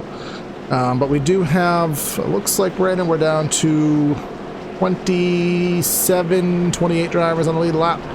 It looks like Johnny Thomas sees significant damage to the rear end of that machine. The front actually looks pretty good on Johnny Thomas's machine, but the rear end, it'll be very unstable to push that machine with the bumper condition that it's currently in, but he will do his best. May as well give a full field rundown, Brandon, while we have some time. Yeah. Looks like we have, we have Joshua Personet up front right now. I'll kind of cover maybe 8 spots, Brandon, and then we'll just kind of alternate. We got Personet up top. We got Josh Adams in second, Gerald Campbell in third, Johnny Parham in fourth, Scott Crump in fifth, I think. Kendall Noah Player in fifth or sixth. It's changing. Tyler Riggs in 7th, Zach Patton in 8th, Kyle Hanshaw in 9th, and then Damien Leidinger in 10th. I know I didn't listen to my own instructions. Brandon and Key as never, Corey. Brandon Key in that 11th position. 12th is Vincent Anzabella. 13th, Chris Wright. Robert Hill Jr. sitting in that 14th position. 15th, Richard Lafferty. Nick Massi chilling back there in 16th. 17th, Kenny Lowry. Joe Francis back in 18th. 19th is Dylan Hickey. And William Smith rounding out the top 20. All right, and then rounding out your top 30, Tate Lytle in 21st, David Strackbine in 22nd, Patrick Gaspar in 23rd, Zishan Dura in 24th, Marshall Stanley in 25th, Will Cannon in 26th, Johnny Thomas in 27th. He is the last one, I think, on the lead lap. A couple drivers in the pits, Adam Pettit, Jake Finch, and Sean Dias. And Brandon, you can read the attrition we've had tonight. Logan Shea back behind the wall. He's done for the night. He's going to be currently scored to that 31st position. 32nd is Scott Brotherson. Brian Dorsey in 33rd. Kyle Lowry back there in the 34th position, 17 laps down. Dylan Thomas back there, 20 laps down, 35th position. 36th, Christian Eckes. He's done for the night. Davis Warren back in 37th. 38th is going to be Chase Cardoza. And failing to make the grid tonight in that 39th position is going to be Joshua Neal. All right, so Brandon, we usually do this on the old PTR TV days, and we'll do it here on Sim TV. We'll do the approximate 10 lap to go. Take your pick. Well, I'm going to pick Josh Adams. He's had a lot of speed here so far in the nights, and not currently in first place, but we know he's got the speed up there, and sometimes it's better to be second place here on the last lap here at Talladega, coming to checkers. I'm going to go with the 91 of Johnny Parham. I think now that he's been up front, he has been making some good moves, putting himself in good positions. I'm going to go with that number 91. Even fans watching our broadcast, let us know who your picks are. I have a couple people saying that they're predicting a photo finish, and well, it's Talladega, so the odds of that happening are they're pretty high. So we do have the photo finish camera ready to go, again courtesy of our camera wizard Fiddy and Nakuna. We'll see here perfectly at start finish, so we will cue that up hopefully with a thriller of a finish, again potentially in overtime, potentially in regulation. We'll find out, but we are getting doubled up, stacked up, and ready to go. It will be a 10 to go. I forget what that's called, Brandon, because technically you can do it on 2 hands. There's 10 laps. What is that called? What? Isn't there a thing where when you can count the number of laps left on your hands? I don't know. A handful of laps left? I don't know. I remember. What? I don't know. I'll look it up. I know there's something called a down finger restart. Isn't that one hand, like less than 5 to go? I have no idea what you're talking about. I gotta be honest. And you're a flagman. All right. Well, we're gonna have to. We've never called anything a down finger restart. I'm looking this up right now. Again, this is extended cautions. I hope it's not me that's going crazy. I hope it's Tori, for my sake. Hey, I'm old. They used to say that on like ESPN back in the day, so. Anyways. Yeah, I can't find anything. I type in down finger restart. It tells you how do you restart your iPhone. So clearly, it's not a new age term, but we'll go with that. An 18 of Pristine on the inside. He's going to have the help from the number 31 of Campbell. Soon behind that is the number 94 Kendanoa player. On the outside, we're going to have Adams. We're going to have Parham, my personal pick, and then Scott Crumpled. Zach Patton just behind him. Pace car peeling off into the safety of pit road for what could be the final time tonight. And that 18 machine, Joshua Personet's going to be leading these guys to the green flag. It's the Josh and Josh show up on the front row right now. The 18 could be your control car here. 95 out on the high side. They're into the restart zone. They're on the throttle. Green flag is back in the air here at Talladega. Green flag is back in the air. The leaders are out to a huge advantage. And again, at Talladega, that is not what you want. A big advantage is only going to mean a big draft that is going to come up to you. Here comes the number 31 of Gerald Campbell. He's going to get right to the back bumper, but he seems to be working in a line through the 18, at least for the time being. Here comes the 94 with the push from the 91. These guys going to remain single file up at the front of this thing so far with just 10 laps to go in this event. Coming around, going to be coming around as they enter turns 3. This time it's going to be 9 laps to go here at the front straightaway. Yes, they are. And again, we're just waiting for the momentum to wind up. We currently only have about 10 drivers in this lead draft right now. Damien Leininger is in 12th position in the number 12 machine, and that's where the damage begins. So he's losing the pack. It may be about these 11 drivers in the first pack that the victory may be settled between unless they are able to close in. But for the moment, 18 is in sole possession. He has the run with that 91 to the outside with the push from the 95. That outside is not able to get assembled. But here comes the 18 up to block, and that's how it's going to be 3 wide. Man.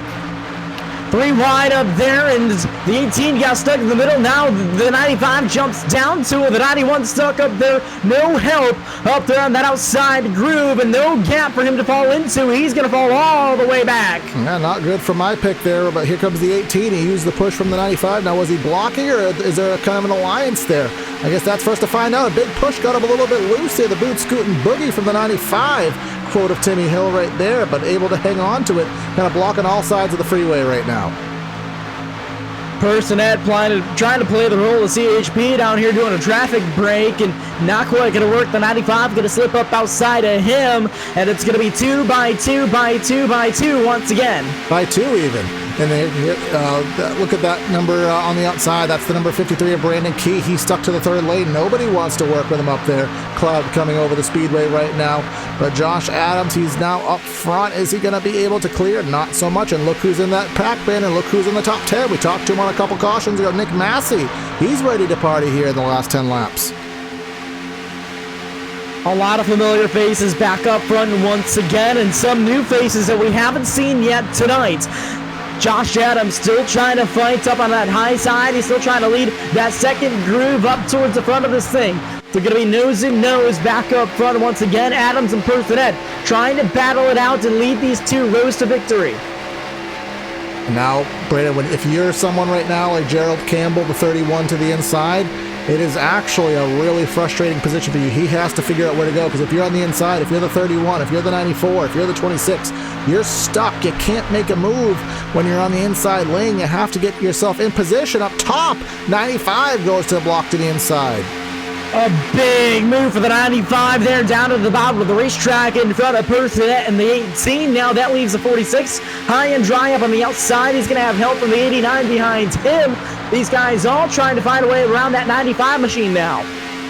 Now that 95, he can make himself wide in a heartbeat, as he's been showing to us live thus far, as we do head to within 6 laps to go, just over 18 miles of competition for the ERSCA PristineAuction.com series live here on Sim TV. That 18 machine of Joshua Pristine, he's looking high, looking low, trying to get a little bit of air. Here comes a massive push from the 40 with the 46 of Kyle Hanshaw, with the push from Chris Wright. Where's he been tonight?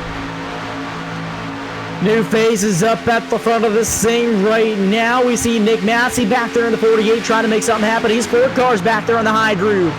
95 down low, 46 up high. Now Kyle Hanshaw trying to get something done up there on the high side and potentially looking for a third group was the 84. Not going to happen that time around. Lap car to the inside, well off the pace, gets out of the way. We're going to come to 5 laps to go here at Talladega. Remember, if we do need it, we do have a green-white checker in the bank if it does come to it. So a caution will not end the race. We actually have 2 attempts at a green-white checker if necessary, but now it's time to plan your move. It's time to make sure you have enough engine cooling ability right now to last. As now we have another 3 wide, 89 giving a big push to the 18. It's going to be 3 wide up there. The 46 gets shuffled down. Now Pristine back up at front. He's going to be at the control car now. The 95 falls back behind him. 81 up, or 89 up top, rather. Oh, here we go. 46 around. Oh, around goes the 46. Kyle Caution Hanshaw. flag out of the air once again.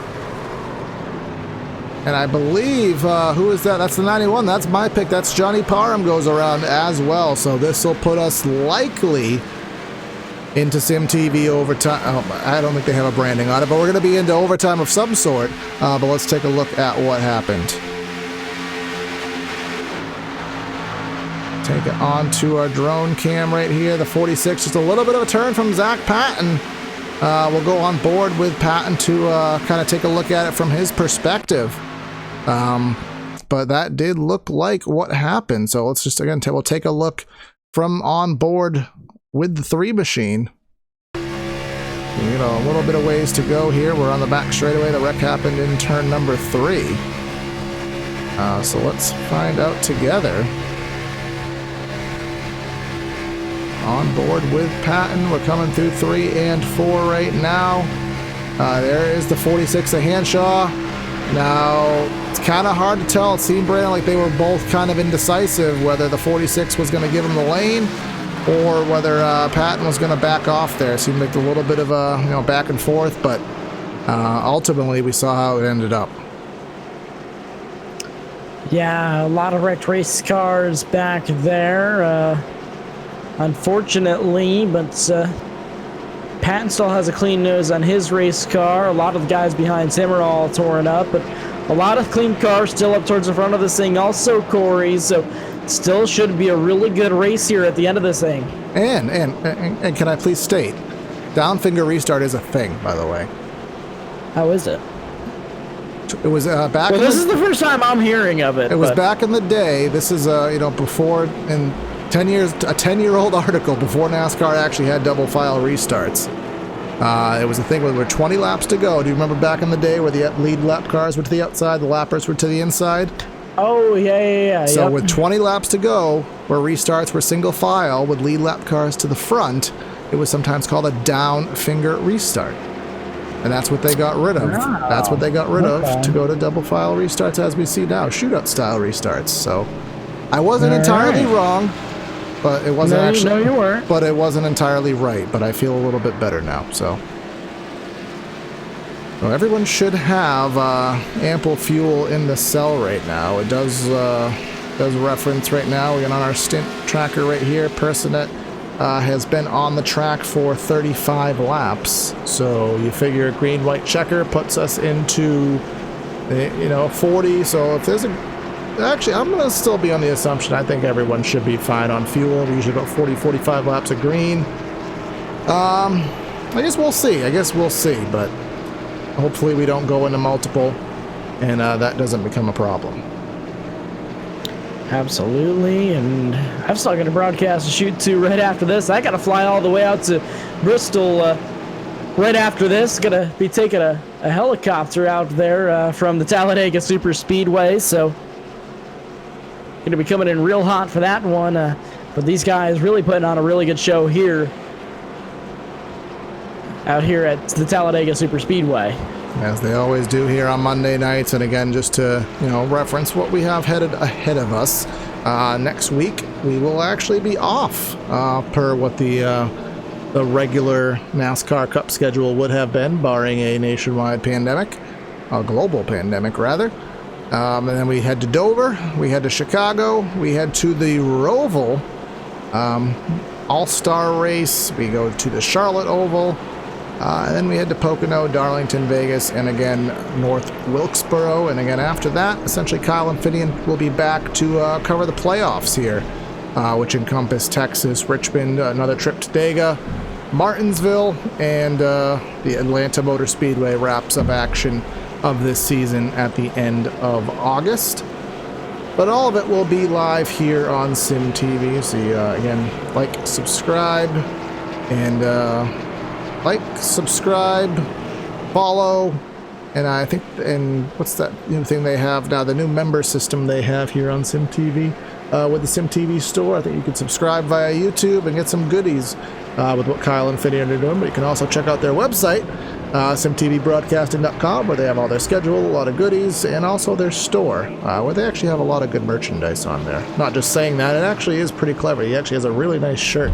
Actually considered buying myself on there. So check out that. Help Kyle and Finian out. A lot of big things going on. If you haven't followed all their big announcements, I mean, they just covered an IndyCar race on Friday night that had Juan Pablo Montoya, Alexander Rossi, Colton Herta, Stefan Wilson. Some big things here on the channel, so a very exciting time to be here as a fan here on Sim TV. And they did not pay me to do that. They did not pay me to do that. I may have to go check out that shirt selection. I remember the PTR TV ones that never actually made production. Yeah, well, Still have mine. I still have the beta shirt. I still have mine also. But, I still have my checker flag that hangs above my head. Just as reference. Maybe there will be a day, but sim broadcasting, obviously taking off with this. Kind of obviously you never ask for what we're dealing with. I know YouTube is very specific on using the exact terminology. YouTube is you never ask for what we're going on within the world these days, but it's been just amazing, just quickly how esports, especially sim racing, has managed to take the forefront. Because I know NBA, they're trying to take the NBA 2K20 with the real life players and make something of that. But mashing buttons on a PlayStation controller versus sitting in and physically driving a car, albeit virtual. It's just amazing how esports has taken off, given the current world events. Yeah, absolutely, 100% agree, and it's truly amazing, just the statistics and everything that's as far as membership increase in iRacing and view counts going up and all these real world drivers stepping into just to kill time. But man, has it drawn such an increase in participation and just gain an audience for the sim racing community. Yeah, like right now, for example, I've been on iRacing since day one. We're used to 4,000 to 6,000 people being online at a time. And mind you, if you're watching this live, it's about 11 o'clock Eastern right now, so we're technically past, no pun intended, the prime time racing hours. But we're still essentially have 13,000 people logged into iRacing right now, so it's essentially over double what we're used to, which it's just great to see, and really proud to be of the service, and it gives these guys the limelight. Sim TV growing. We really see these guys here in this channel, all the sponsors, tons and tons of sponsors behind this league, and they're all on the bottom of your ticker that put in this league. And this is one of the higher tier broadcasts on Sim TV, one of the best viewership broadcasts out there, so even more fun to watch as we are headed to the back straightaway here, heading into turn number 3, Brandon. It's going to be I think we formally are. I'll let you confirm that. Are we formally in green-white checker territory? That we are. So this would have been the white flag lap this time around, but these guys coming around for the first attempt at a green-white checkered finish. These guys will have a total of 2 if it comes down to it. Yes, they will. So, I mean, my pick, he's gone. I play by the rules. My pick is gone, so I'm not going to take another pick. But, Brandon, I think your pick was Josh Adams, so I guess we'll take the colleague pick there, and we'll see if that 95 takes it for the team. But, again, essentially anybody within the top 20 realistically has a chance, because all it takes is one big one, and anybody could survive and drive through and take the checkers. We saw it in Xfinity a couple years back at Daytona. Can't remember who it was, but I digress. We head down, pace cars into pit road. Brandon, let's get us going for the 2 lap to go green white checker restart. Your leader, Joshua Personette, has chosen the outside lane. Ladies and gentlemen, he's on the throttle once again. Green flag is back of the air here at Talladega. Outside lane, got a hell of a jump there. That's going to be the 31 giving him the push. Both of them are out there to about a 2-3 car length advantage right now. Kendall Noah player on the outside. He's by himself. Takes him about 3/4 of a lap to get up to full speed here at Talladega, so not really going to be any moves made, at least to the back end of the racetrack. But here they come with a little bit of momentum down the back straightaway. Down the back straightaway, Adams got pushed all the way back to that 4th position. Now he jumps outside. He's trying to make that outside line work again. It's going to be a 8-car breakaway up towards the front of this pack now. 95 trying to get there up on the high side. Yes, he is. 3 cars to the outside, 3 cars to the inside, and a couple in the back trying to close on in the 26 and the 84. But here we come to the white flag lap. It's going to be the 95 with the small edge, but again, 2.66 miles to settle it. New leader at the line that time around. It's going to be 95 of Adams. He's not going to drop down quite yet. Now there he goes. He's dropping down into the bottom line in front of that 18 machine. That leaves the 89 up top to fight. Had a little bit of a sketchy moment right there. It sends the 89 up the racetrack. A little bit of contact. Yeah, a little bit of contact indeed, as here comes the push from the 18. He's trying to push right now. You're not worried about the edge of tip. You're just sending it, and you're going to go till it blows. But here we come into corner number 3 and 4 for the final time. Is anybody going to have a run? Is the 18 going to take a look to the outside and try to make a move? Is the 95 going to block? Let's see off the final corner, Brandon. 18 shoots high, down through the tri-oval, all the way through the tri-oval. It's going to be side by side. Cars looking high, cars looking low. Around goes the 18, around goes the 95. They wreck across the finish line. Your winner at the line is going to be Gerald Campbell. Unbelievable finish to this race. Unbelievable set of circumstances. The 31 just won this race. Your top 5 are Gerald Campbell, Chris Wright, Nick Massi, Kendall Noah player, and I believe Josh Adams managed to get that top 5 finish. So again, we got to see that again. The 18 got hooked on the exiting portion of the tri-oval, and again, the start-finish line is past the pit road exit. So the 18 got hooked. Around he went, and he collected the remainder of the fields in front of him. Unbelievable finish to this race.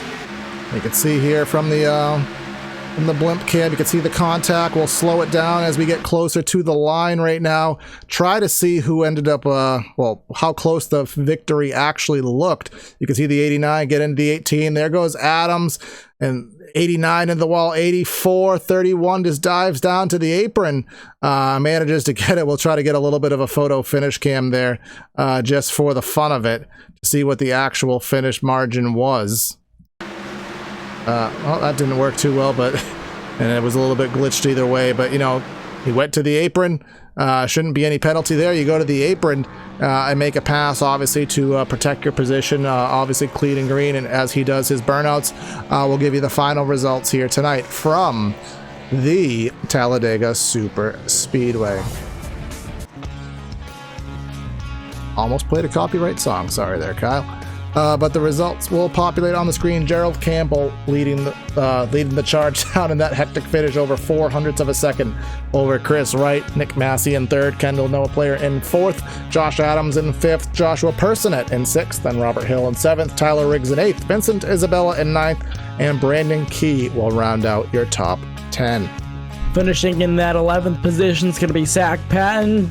Richard Lafferty finishing 12th, 13th, Damien Leininger, Scott Crump finishing 14th position, Joe Francis back in 15th, 16th going to be Kenny Lowry, William Smith finishing in that 17th position, 18th is going to be Zishan Dura, 19th is going to be Marshall Stanley, rounding out the top 20, it's going to be Dylan Hickey. Al Hanshaw in 21st, Tate Lytle 22nd, Patrick Gaspar, David Strackmine, William Cannon in your top 25.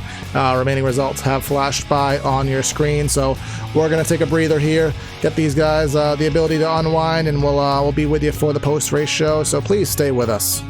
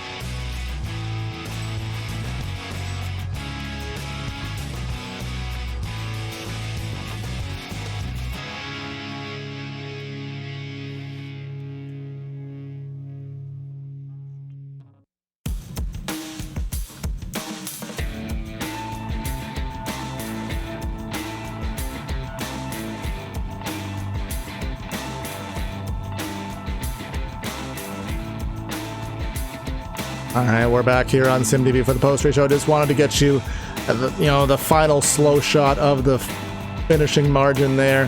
That is your finish here tonight. So quickly, we're just going to give you the post-race show. Brandon, per what he said, he had to scoot. So we're just going to give you a quick rundown and talk to your top three finishers here tonight. We talked to Nick Massi before. We'll drag him up right now. We'll get the winner first, Gerald. First off, what was that like from your perspective? Just unbelievable coincidence, I wasn't planning on winning there 200 feet from the line. I was planning on pushing the leader, and things changed in a heartbeat, I guess, right there, and got hit coming across the line and got sideways, and I just stayed on the gas, and I don't know how close it was. I haven't gotten to see anything. I'm just still in disbelief at this point. Yeah, you had the line on the inside. They wreck. You turn left. You pull it into victory lane, man. So, that's how Talladega works. But next week, we head to a more traditional, well, actually 2 weeks from now, rather, we head to a more traditional track at Dover. What are your thoughts headed there to the Monster Mile? I'm excited. I'm excited for every racetrack, to be honest with you. And this whole crazy time, you got to take the enjoyment when you can. And, this was a fun thing. First race with you guys, so pretty good way to come off the start with you guys is to go out and win it. And thank my PRM teammates. We all joined on with you guys here, and we had a strong running. We had a bunch of us in the top five up there, and I was trying to push Joshua up to the front to win that, but I'm excited to see what Dover brings. Bring this VFW alligator skin car to all the tracks this season and take a chomp out of the competition and see what we can bring. All right, I like that line, brother. I know you had a couple shout-outs. Any other sponsors, friends, teammates, anyone you will give a shout-out to for your victory tonight? Well, just thanks anyone that's watching. Thanks again, PRM and VFW. VFW, what that stands for is Veterans of Foreign Wars. I'm a big supporter. I always run it on every car, any league I've raced with. It's a big thing for me. It's going out and thanking a vet for their service.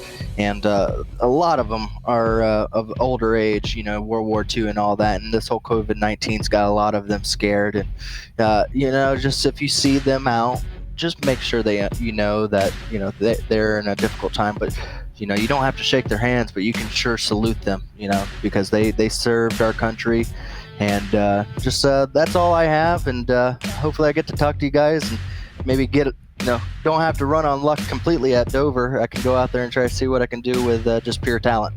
Yeah, good words there, brother. I really appreciate what you're doing, what you believe with them. And again, congrats. Hopefully we'll be talking to you soon. Alrighty, thank you guys. Had fun. And so now we will grab Chris Wright, your second place finisher. Chris, well, that was an interesting finish, and you finished second, and you weren't, in the right direction, but nonetheless, you take it home, middle of the podium here tonight. What was your race like here tonight at Talladega? Well, I just hung at the back there. I'm good friends with the RRM guys. We all just kind of stayed back there and rode around for a long time, and then decided it was time to go. Got right up through there, worked with Nick, worked with Brandon, all those guys, and was hoping I could be in a spot to help Josh get the win there off of 4, or go for it myself. And of course, saw what happened in the trials. Well, everything kind of went haywire. Yeah, I mean, that's what happens at Talladega. You just, like you said, you put yourself in that position where you're close enough to the front where if it does happen, you could take advantage of it, as you did. But we head to the Monster Mile next week at the Dover Speedway. Well, rather in 2 weeks. Keep forgetting you guys are off next week. What are your thoughts at Dover? How's your luck usually at that place? Well, I just was a fill-in tonight. I share the chairgate car with Pristine, and I believe he is doing Dover. I won't be back to Chicago, but it should be fun to watch. I know that you guys do a lot of broadcasts there on SimTV. Look forward to watching it and seeing how it goes. And before I get out of here, I want to thank everybody that's helped me get this car tonight. The 6-1. Hang on a second, let me look at the team name here. The 616 guys. First race with them, so those guys put me in the car tonight, giving me a shot to go out here at Dega, chairgating all the guys at Belly Up, giving me a shot in that car. Josh and all those guys working with me tonight. You guys for putting on the broadcast, ERSCA, and shout out to the Be Your Own Hero thing that Brian does. It's cool working with those guys and talking to all of them. All right, 10-4, brother. I know you said you're a fill-in, so we'll see you in a couple weeks. Congrats on the second, and hopefully we'll be talking to you sometime in the future. All right, thanks. Well, now we talked to him a little bit earlier. I think he was in the 20th position at that point. Finishes the race in third, man, 33rd to third. Well, you didn't make the comeback all the way to the front, but, third's nothing to be shabby about. How was that last run of the checkers for you? It went pretty well according to plan. That caution, with 10 to go, kind of hindered the progress. So it was 4 laps under yellow there, so I was running out of time quicker than I thought. But yeah, they just ended up kind of getting into it there, coming to the checkers, and got all I could through there, and ended up getting third. So pretty well. Yeah. I'll take that, especially at a plate track.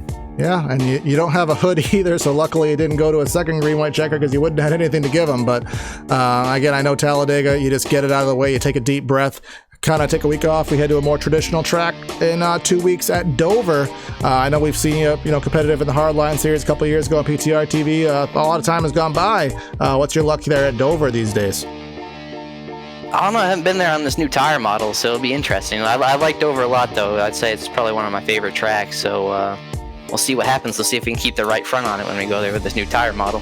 Yeah, you don't need to beeline the right front, head right in the wall. I think that's going to be a big key. Who do you want to give a shout out to, man, for your podium finish here tonight? Just shout out to Brian and all the guys at Wingman Sports. Glad we could bring it home up there for you tonight, get you some TV time. I know we were right in the back there for a while. And also the Brave Like Wyatt sponsorship. It's cool having them on the car every week, so hopefully we can continue to run well and get them some airtime as well. Thank you to you for putting on the broadcast as well. Yeah, thank you, brother, for putting on a good show for us, and congrats again. We'll be talking to you, sometime soon, I'm sure. Yep, thanks. Have a good one. All right, so that is our post-race show here tonight. Talk to the top 3 finishers here at Talladega. My partner Brandon has already had to scoot because he is live on another channel because, busy in the broadcasting world these days. So just get Corey Silva here in the booth for SimTV.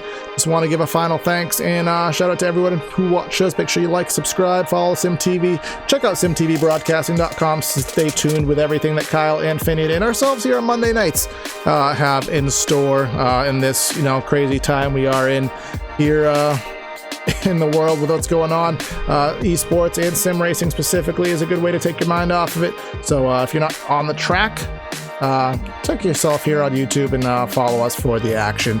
And Corey Silva signing out. My friend Brandon Prutz already has signed out. Have a great night, everyone, and we will catch you next time.